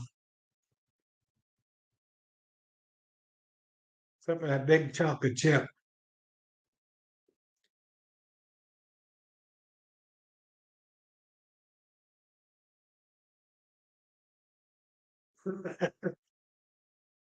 Who knows what Ed's doing?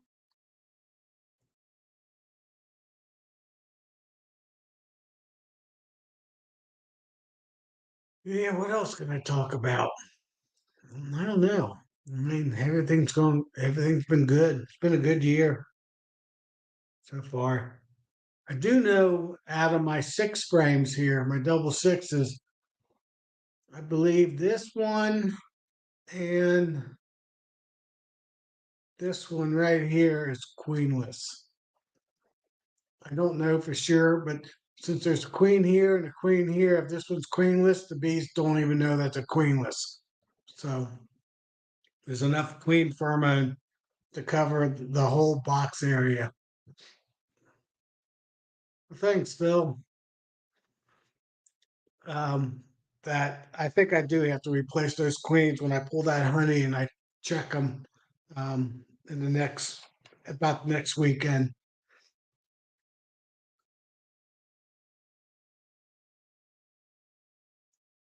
Shane asked me if I'm going to be expanding. No, I think I'm expanded all the way I'm going to. This is, I don't think I'm going to get any more hives. I might add 4 or 5 more hives to my second yard, and I might pick up a third yard. But I think I got a whole line of, I got um, 7 hives along the back of this barn here that you can't see. I probably are going to move those 7 hives over between the second out yard and maybe the third out yard next year, especially since I'll be retired. I'll have more time to check them out. Right now, working full time, working 40 hives, catching 29 swarms. I don't have any time to even check hives. I don't even have time to breathe. And then I play golf on Tuesdays, which you guys probably know since I miss No Life Tuesdays now, or I catch come on at the end. Um, that keeps me sane, I think, Tuesday night golf. Back twice this year, I went and set up swarms before golf started. And then after golf, I would drive down and pick up and close up the box at dark. So even during golf night, I was catching a couple swarms. Tomorrow, your anniversary. Oh, happy anniversary if it is, Mike. That's awesome.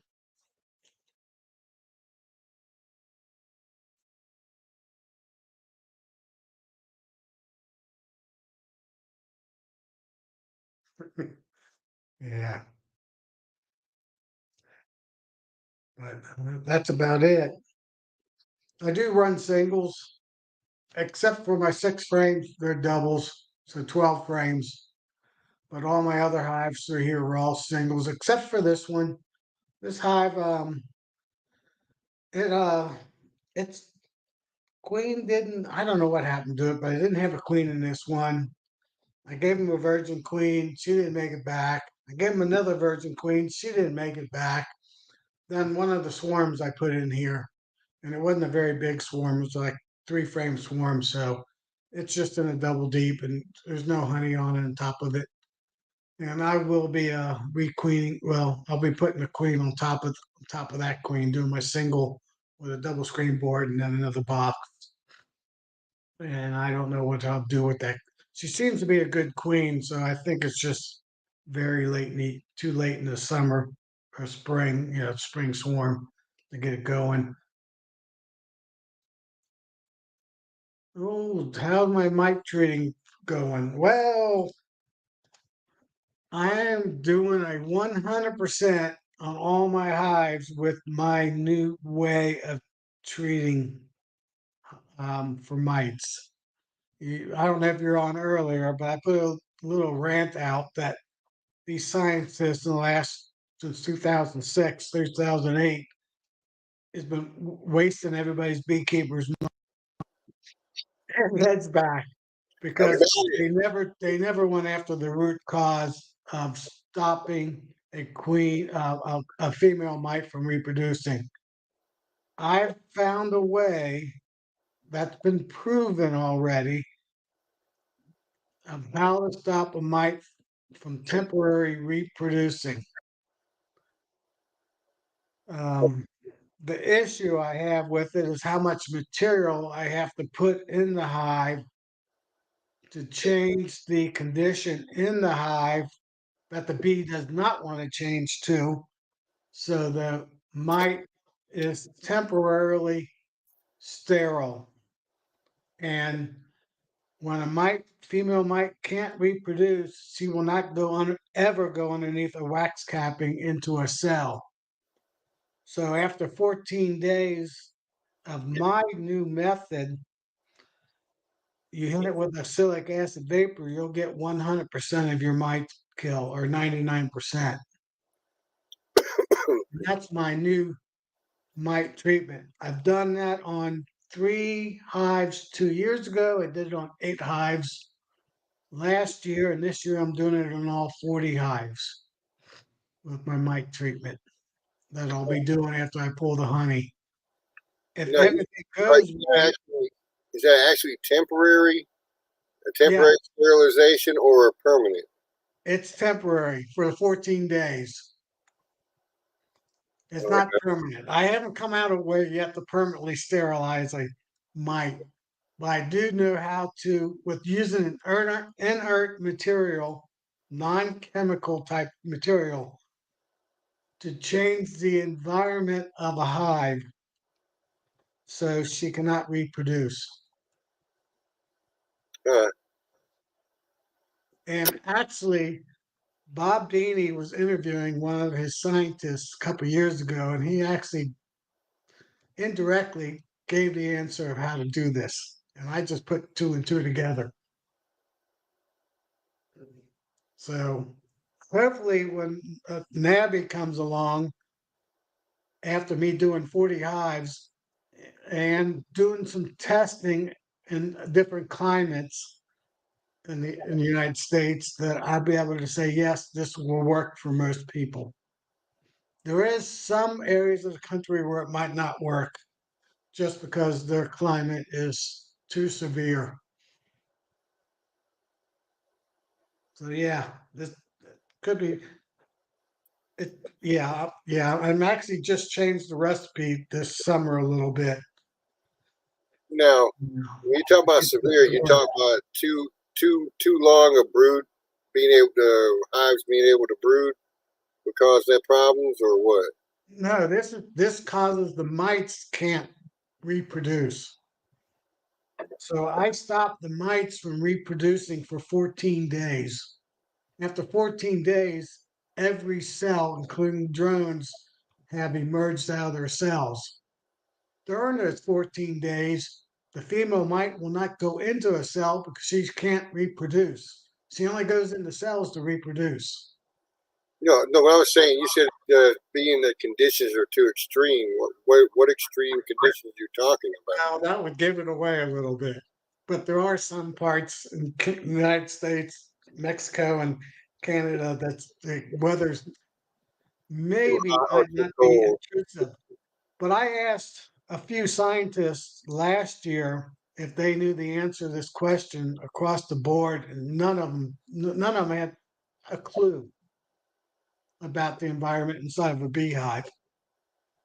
So Bob Beanie did, and he thinks that it's pretty consistent across all United States, no matter what condition you live in, Okay. south or north, east or west. And I think Bob Beanie's right. So I had a conversation with him and three scientists last year about this, and actually Rob from LaRoe um, Vapors. So he knows about it too. And Well, I was wondering what your terminology was for. That's why I was trying to ask what your extreme conditions, and I sort of got the idea already. yeah, it's really simple. In fact, I have some of them sitting on my desk. But yeah, everybody will go, shit, Tom, why didn't anybody think of this a long time ago?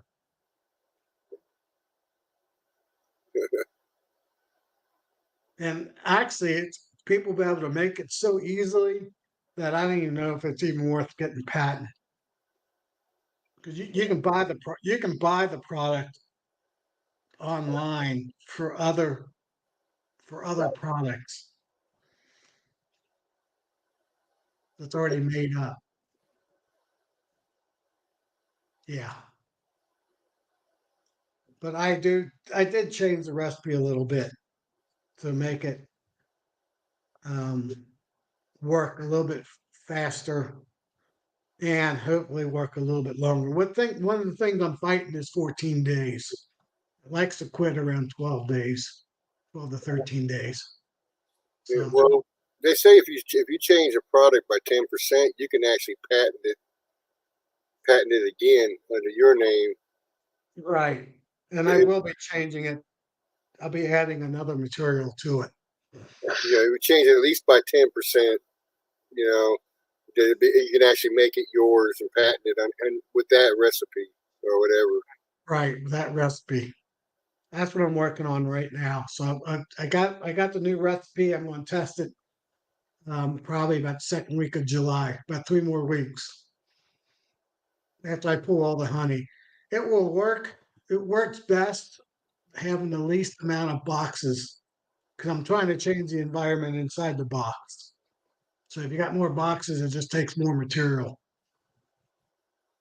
You know, So yeah, just like we use OA, if you have more like you have two deeps, you end up having to use more for those two deeps than you would for a single deep. The same principle. right. I'm testing right now on two deeps. So all my tests will be on two deep. So if you go single deep, will work even better. If you have three deeps, you're going to have to put more material in. And I don't have that. I haven't done any testing on that yet. But you can, the best part about it is that once after 14 days, you don't have to remove it. You can leave it in your hive forever if you want. So the next time you go in your hive, you scrape it out with your hive tool and throw it away. Hmm, interesting. They're propolised all around it to your frames. 'Cause I've done that already. Kept it in all winter, actually. I didn't take it out till next spring.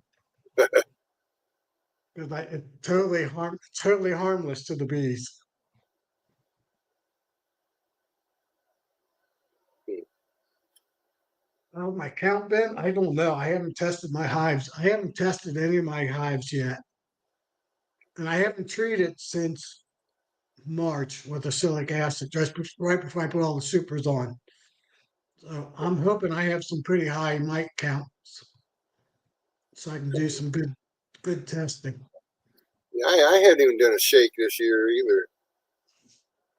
Well, I do know the inspector was here a few weeks ago and I got my certificate and I do know he checked, I think, 4 of my hives. I wasn't here at the time, but when I emailed him, he kind of, he does so many properties. He goes, yeah, I think I checked 4 of your hives and he goes, you didn't have any mites.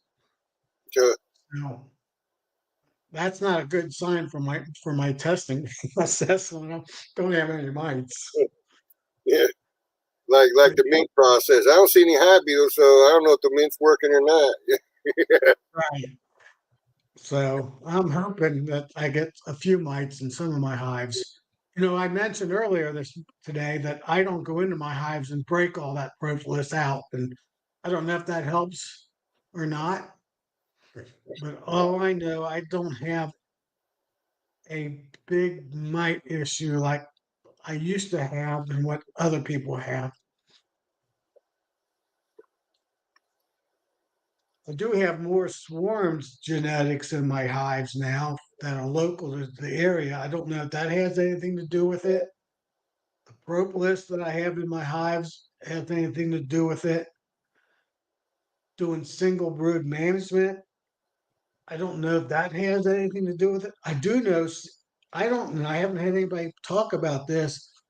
I don't have near as many drones on my hives that have single brood management than I do with my resource hives, which I don't do that with. They're just regular double deeps or triple deeps or triples with a medium on it with a little bit of honey off of them.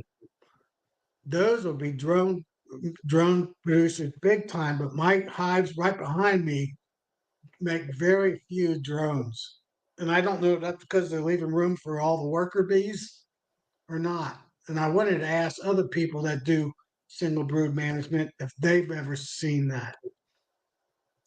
Well, I can't say anything about the single brood management portion of it, but I know that every one of my hives, they produce drones like nobody's business.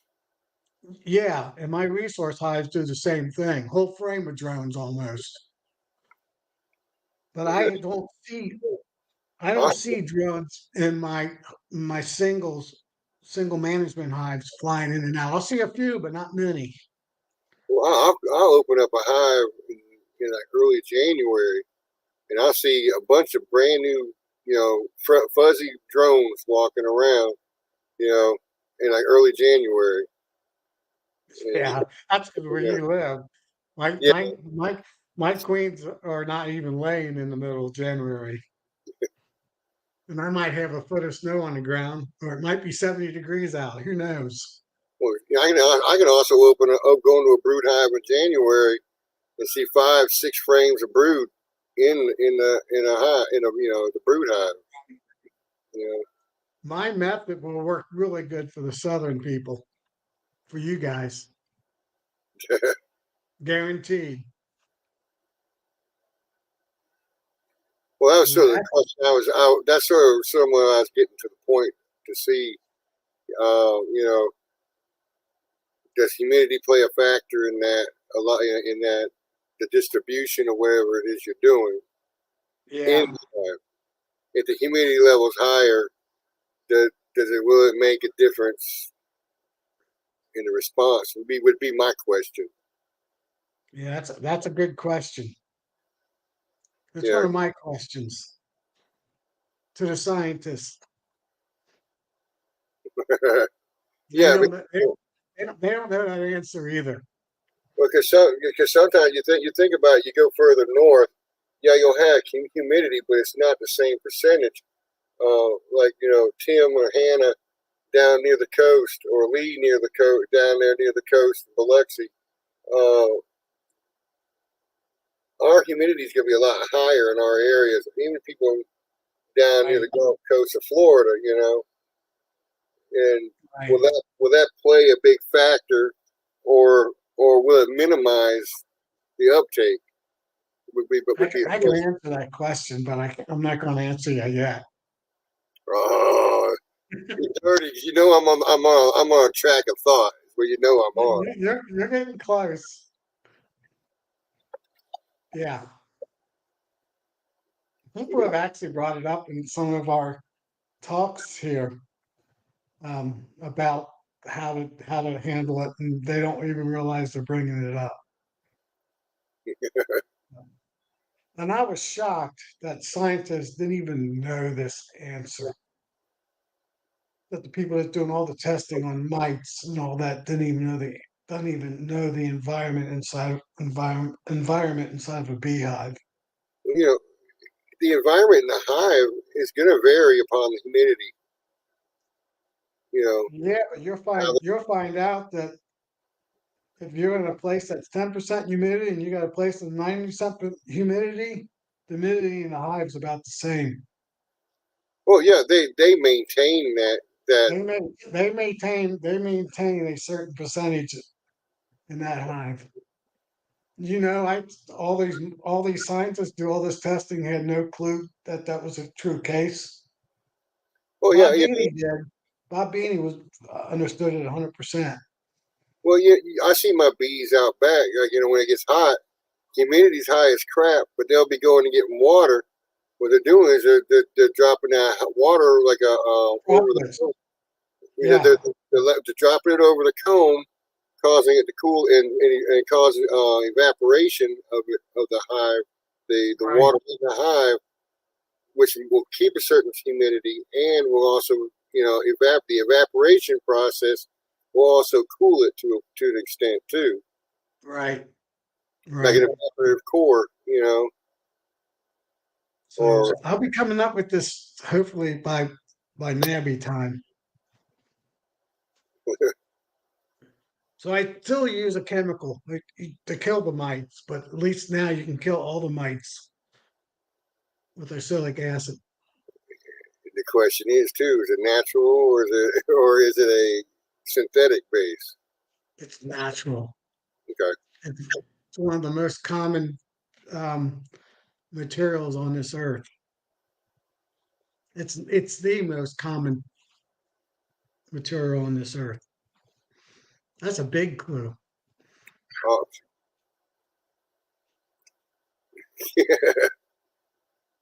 I'm not saying no more. I have an idea, but Yeah, I think you're onto it. And all you got to do is get it to a certain percentage that the bees don't want, and that will stop the female mite from reproducing. Now is a question to find a way that you can make her sterile. That's the best solution. I haven't gotten that far yet. well, even if like I say, I go all the way back to the beginning when you're saying if you sterilized every mite in your hives, doesn't mean you're getting rid of the population. You're cutting it down. They still got feral bees in their hives are going to have them. So that, it's not true genocide of an insect. Because The you're only population won't grow. I mean, they'll be dying. The mites will be dying, and new mites will be coming in, but you won't be making any new mites if you could sterilize them. And eventually, during once you do have a dearth and they're not laying any brood, at least for us northern, your all the mites would die anyway over time, especially if you hit them with a little bit of a chemical. But sterilization is the key. The key of killing this mite, of stopping this mite, is to sterilize the female mite. because And with so, the thing, what I'm saying, it's going to be localized within each hive in the hive that you're doing. It's not you're not destroying the population outside of your hive. yeah, but if enough beekeepers were doing it, then you are. Well, Eventually, you make a dam, but you still have feral. You don't know how many feral bees are out in the woods. yeah, That's but still free. eventually the mites would just slowly disappear over the couple of years. It wouldn't be enough. They weren't. They're only reproducing in the feral hives and not in anybody's managed hives. They eventually would. The numbers would be low enough that it would be insignificant. That's my belief. Because the only reason why mites get big in your hive right now is because they can reproduce. If you got 100 mites in your hive and they can't reproduce, you always just have 100 mites. You won't have 1,000 mites or Yeah, 500 mites. I was looking at those things the other day. Just the looks of them. You set it alongside a bed bug, a picture of a bed bug. They look like they're almost the same thing. Yeah, You know, they look fairly close to being a bed bug. I think there might be bed bugs. I don't know. Might be a little bit bigger, but not by Uh, much. So, did I drop again? No, you're good. I don't see my video. I don't see anything on my screen. You're there. I see you. Yeah. So, but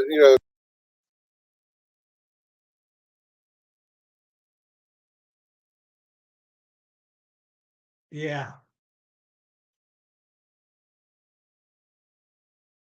I wish I was retired so I could spend more time on this. Oh, now you're gone. It's back to me again. So yeah, I'm excited. I might have a pretty good solution. And like I said, I might just tell everybody what I'm doing and not even care about getting it patented because it'll help. And if it works, it'll help so many beekeepers out. And I don't need to be a rich person. I got enough money how it is being an electrical engineer. And when you die, you don't get to keep any of that money anyway. People don't realize that. You start with nothing, you end with nothing. That's my philosophy, at least. You think Ed will be back this time? We should get a bet going. No money bet. Nobody's posted in the last 5 minutes either.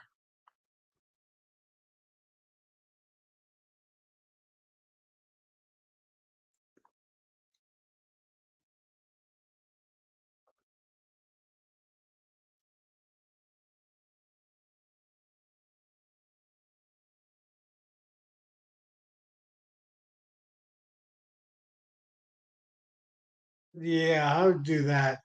That's for sure. Yeah, so people are still here. That's good. Yeah, so I've come up with a pretty easy way. It does take a little bit of materials to put in your hive um, to change it because the bees don't want to change it, but it's for the best for them. And it's only for 2 weeks, and you can still have honey supers on it if you want. But I not tested with honey supers on it just because that's even more area. I got to change the environment in the box, and that's not the best, you know, solution. So single brood, double brood boxes is what I've been testing on basically the whole time. So before you put the honey on, you could run it. After you put anytime after the honey, you could run it. So anytime you don't have all these boxes on it, you could use this process. The bottom line. And it would work for nukes up to double deeps, basically. So yeah, I got a whole can of them sitting in my barn right now to put on all my hives. So it'll be a big test. Just to give you a clue, this past winter when I had those 3 hives fall over, those 3 were my main test hives that I did all my data from, and they survived. I'm in the chat again. Okay.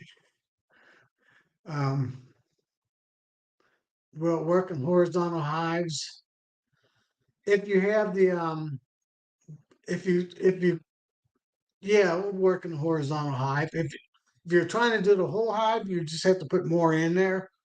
But if you got you follow a board in a certain section, you could just treat that section within the horizontal hive.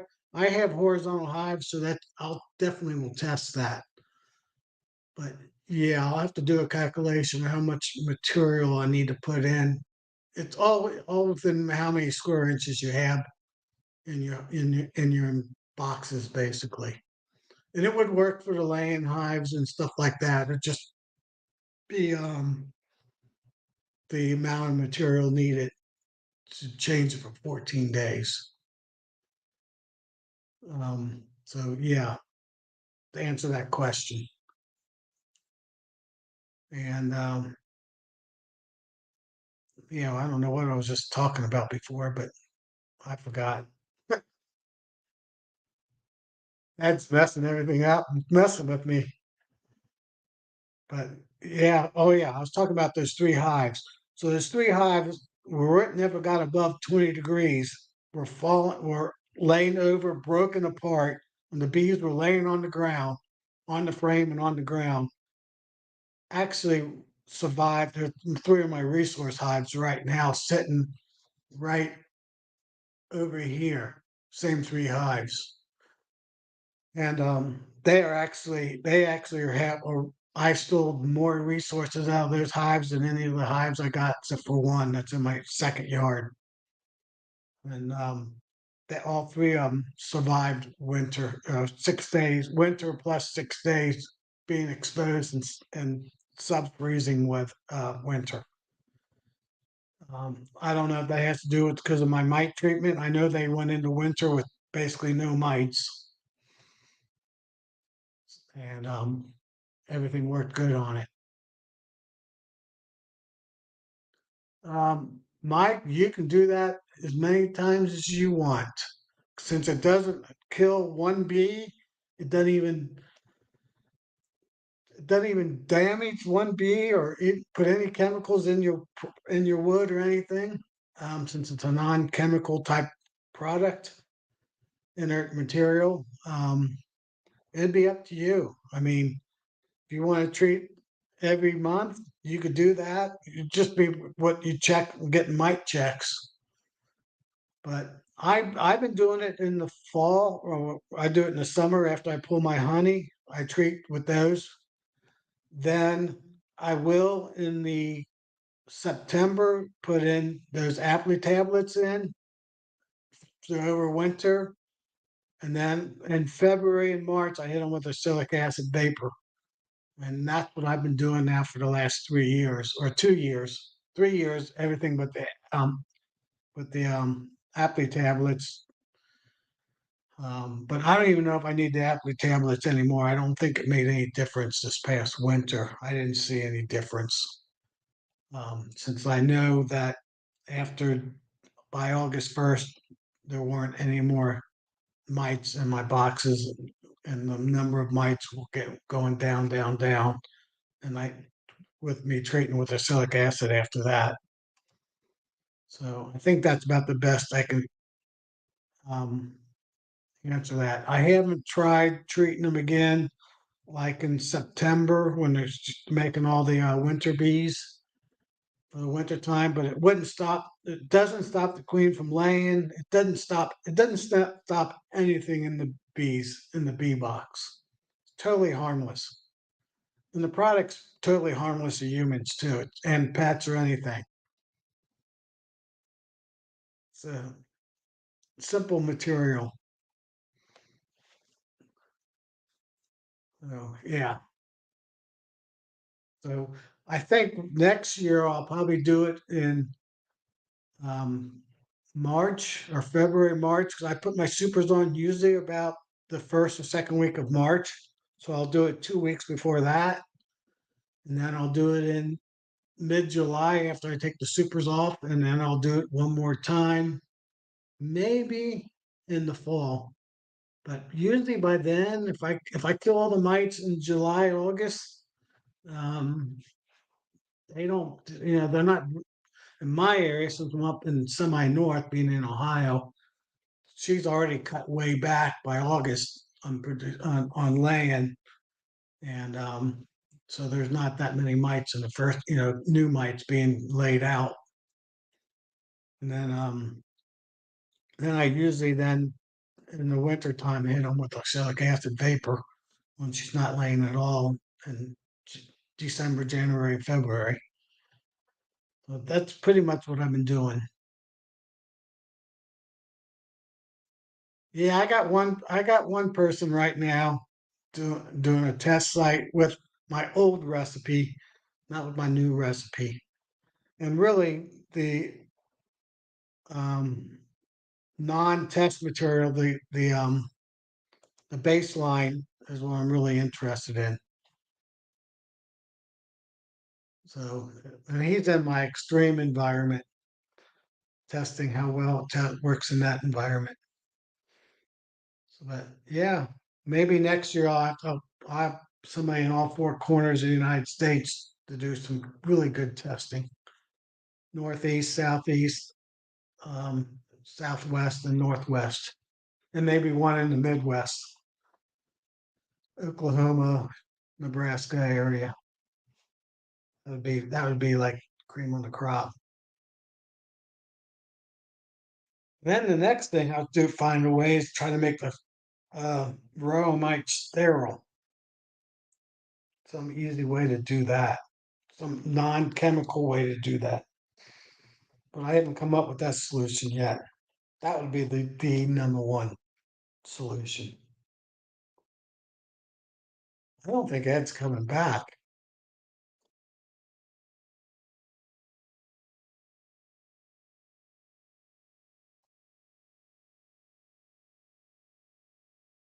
This is my third year, Brian. I did 3 hives 3 years ago. I did 8 hives last year, and this year I'm doing 40 some hives. I'll have test data on 8 of them of the 40 hives, but I'm treating all my hives with it. That's how much confidence I have in it. And I'll be doing 8 sites with data. Colorado would be a good test site. Yeah, it would be. Yeah. So maybe the next year, Brian. By then the process will be out and you'll understand exactly what I'm doing. Hopefully, because I want to get rid of this mite issue. I don't. Hopefully, in a year or 2 years from now, we're not talking about mites anymore. Then we move to small hive beetles after that for the southern people. People that have small hive beetles. I don't have the small. Well, I have small hive beetles, but I have less than. I think I've seen less than a dozen this year. I think I've seen 5 or 6 of all my hives. Mostly one hive. One of my hives back here. I think I saw 3 or 4 just in that one, and 1 or 2 in the other ones. And I could put peppermint in it, and I know peppermint works. So that's a pretty easy way to get rid of them, especially if you can use the extract. Hey, Redfish, it's the Tom show today because Ed keeps dropping out. Hey, Kimberly. So yeah, so I think Ed's figured out what I'm doing a little bit. There's there's certain beekeepers have brought this up in the past. They just didn't know why they didn't have to worry about mites. And they were more concerned about small hive beetles versus mites. That gives you a pretty big clue, actually. So, so there has to be something behind that. I don't know. What else? What else is a good subject to talk about right now? Pulling honey, extractors, cappers, uncappers, cream honey. That'd be Brian. Let him talk about the cream honey. I'm just a rookie at it. I got original, I got strawberry. Cinnamon's coming next when I get more honey. I'm about out of my last year honey of my 1,000 pounds that I pulled. And that's about it.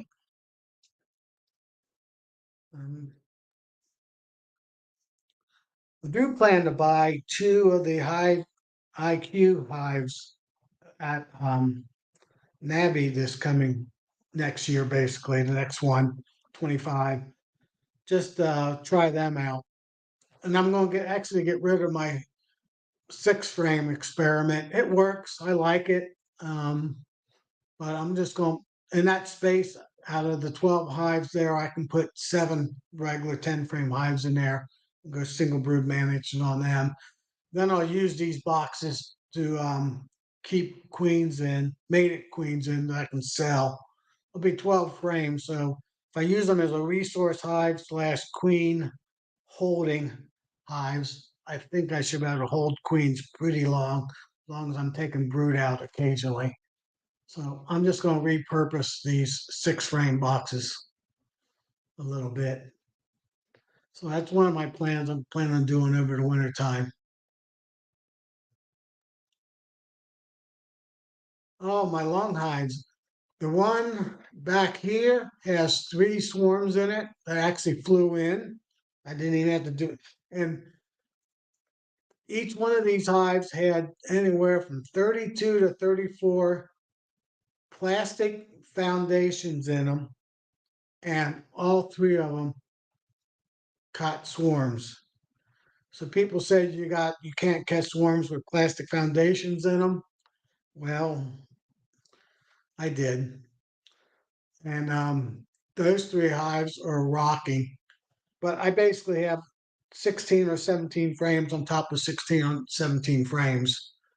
The one at the end here is probably has over 50% of the frames with comb on them. That was a big hive. These other 2 probably have 10 to 12 frames built out between the 32 hives. This one here is a nuke 12. I have 12 8-frame nukes in here for me to do when I make my queens for my mating yard. And I do 4 frames over 4 frames in them. Using dowel pins to hold the top frames. My big hive back here, I actually use rebarb, 1/2 inch rebarb, just because they put honey up above it, and we got 16 frames at 10 pounds a piece. You're talking 160 pounds. So I was a little afraid a dowel pin would not hold it, but I think the wrought iron should be strong enough. And then this other horizontal hive, Ricky's purple one here, I have set up right now for 12 nukes, so I don't have any bees in it. I actually had a hive in it. I took it out and moved it behind my barn, one of those hives. And when I graft next week, um, I'll be pulling 1 or 2 frames of brood and a frame of food out of all my production hives, from my white Apamea hive all the way down to here, except for maybe this one, and setting up this horizontal hive, and some of my 3-ways and 4-frame boxes back here with 2 to 3 frames of bees for my virgin queens, my queen cells. So that's my game plan. So I'm going to be really, really busy the next 3 weeks, pulling honey, grafting, setting up about 40. I'll have 12 out of Ricky's. I'll have 12 here. That's 24. I have 2 3-ways. That's another 6. That's 30. And I have about 5 or 6 other 4-ways, um, 4 frame boxes, and a couple 6-frame boxes that are extra from here. And I counted up, I have 60 of them, 40 of them I can make. Oh, there's 2 hives that I'm going to actually replace take the queens out and just throw them in a nuke and put nuke version queens in them, just because I think they need to pinch them. They probably going to get Hey, Tom, welcome. I'm glad I got back to your this, this fall. All right, Ed, welcome back. Welcome to the Tom Show. I'm glad I made it back, Tom. So I've been able to keep everybody talking about what I'm planning on doing, all that good stuff. Yeah, I was sort of following along while I was on my phone while I was waiting for it to come back, the computer to come back up. It ran a security check of some kind. It shut me down. So well, that's good. Yeah, Redfish is here now, and yeah, I saw. Kimberly posted, Yeah, and Brian's been posting more. Yeah, here's my guest, Brian. I don't know, some stranger. I saw him pop in before and he left. When he popped in again, he left again. who's your guest? That's the sad part is I've been running the thing and it keeps kicking me out. I guess I hadn't had the computer hooked up this week. This And I laptop. was only going to be on here for 20 minutes, maybe a half an hour, Happy birthday. so I could eat my ice cream. But I did that anyway. Well, I gave you a gift. The Tom show tonight. Yeah. Well, I get to talk about my new method of killing mites a little bit. So that was good. And how I like to do summer solstice queens and replace all my queens every year. I haven't had one of my 25 production hives. I haven't had any swarm in 2 years now. Uh, I've had swarms from my resource hives that are double deeps. I have swarms from my nukes that I sell to customers because they didn't pick it up on my Saturday. I told them to pick it up, and yeah, it's 2 weeks beautiful. later they start swarming on me because I didn't get to them fast enough to take a frame of brood out and put an empty frame in there. So Yeah, I did have 2 swarms that way this year, but not on my production hives. This year I plan to requeen most of my hives. My zoo queen, I'm going to try to keep her one more year. I know she's 3 years old because she was a swarm 2 years ago, and then she swarmed again this year, and I got her. So as far as I know, she's 3 years old.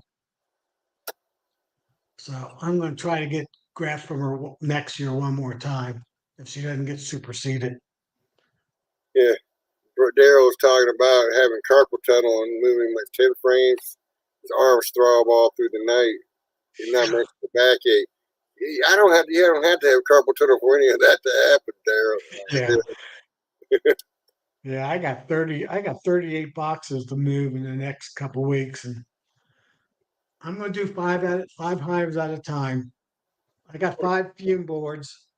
So I'm gonna start my white hive over here and move all the way across, do these over here, and then do the ones back here, and then I'll go into my horizontal hives and see how many I can move, how many frames I can move out of my horizontal hives.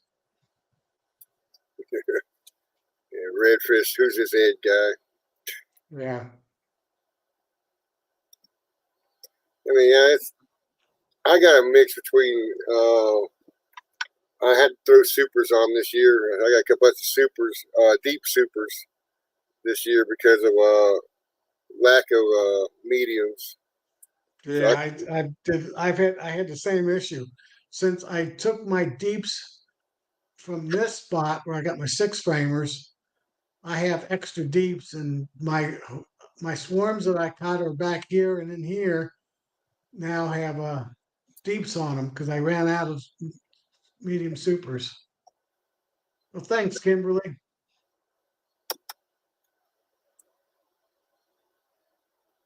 Yeah, it's my birthday today. Young 63. I still act like I'm young. One of my goals is every year I get older, another year I get more childish. my So brain always tells me I'm 18, but I go to do something and the next day my body says, "You're not 18." I mean, when in your life when you were most carefree when you were a kid? So one of my goals each year I get older, the more carefree I get. I don't want to turn into an grumpy old man. Get off my lawn! I'll stick my bees on you. There you go. Thanks, Sarah. And redfish. Yeah. June 22nd, 1961. Long time ago. 1961. I'm going 65. There you go. I actually have a second birthday too, though. 701103. We're Some adopted. people know. Some people know about that. Not everybody. Someone adopted you.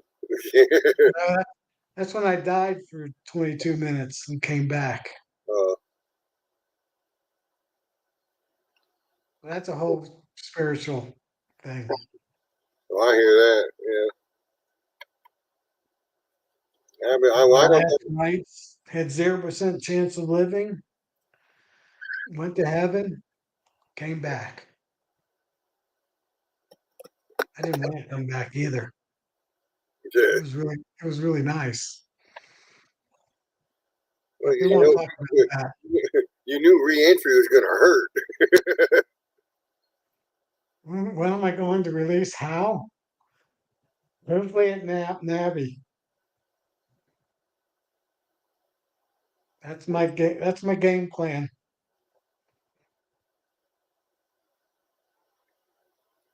After this, after my test this year, I'm shooting to try to make it to Namby this year. I got my tickets already. I don't have my hotel yet. I got tickets. Yeah. I'm ready to go back. No, I can't say that. My life is good for me right now. Except for my body. My body aches all the time, but everything else is good. That's what I was saying. You knew re-entry was going to hurt. I I got a bad knee, bone to bone on my left knee, but that's all superficial stuff.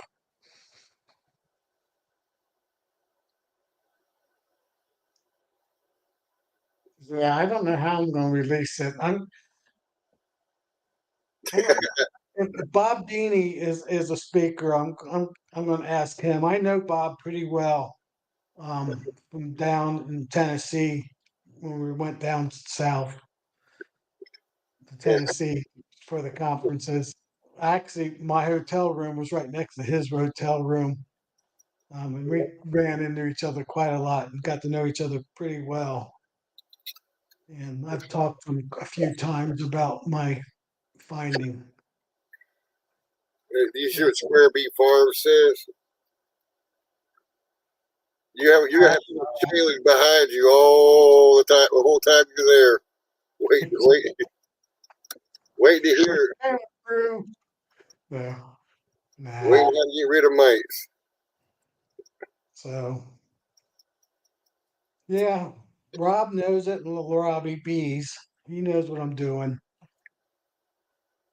So I'll team up with him and probably release it with Bob Beanie would be my game plan. All right, man. Well, we've been going for 2.5 hours, and I've been cutting in and out, taking naps. Apparently, I uh, know. This is a record for me talking. I guess I gotta start doing lives. you got it in you. You like talking, so I mean, it works. Yeah, I don't have a problem talking. Hey, you want to hear a funny thing about it? I did not say a word when I was young till I was 6 years old. Huh. I did not speak a word. And when I start speaking words. So I never had a um, normal baby making noise phase. My second son was pretty much the same way. Huh. So there's some genetics, some gene that does that. And he's an electrical engineer just like I am. So some electrical engineering gene, some Right. math gene. Well, guys, I'm gonna shut it off tonight, guys. It's been great to have you guys on. Love each and every one of you. And as I always close off, This guy's going to cut me off too. yeah, I'm gonna cut you off now. I've been cut off too many times tonight. All right. Good night, everyone. All right, and I'm gonna say, God bless you and your bees. And so be good, behave, and behive. Until next time. Yeah. Good night, everyone.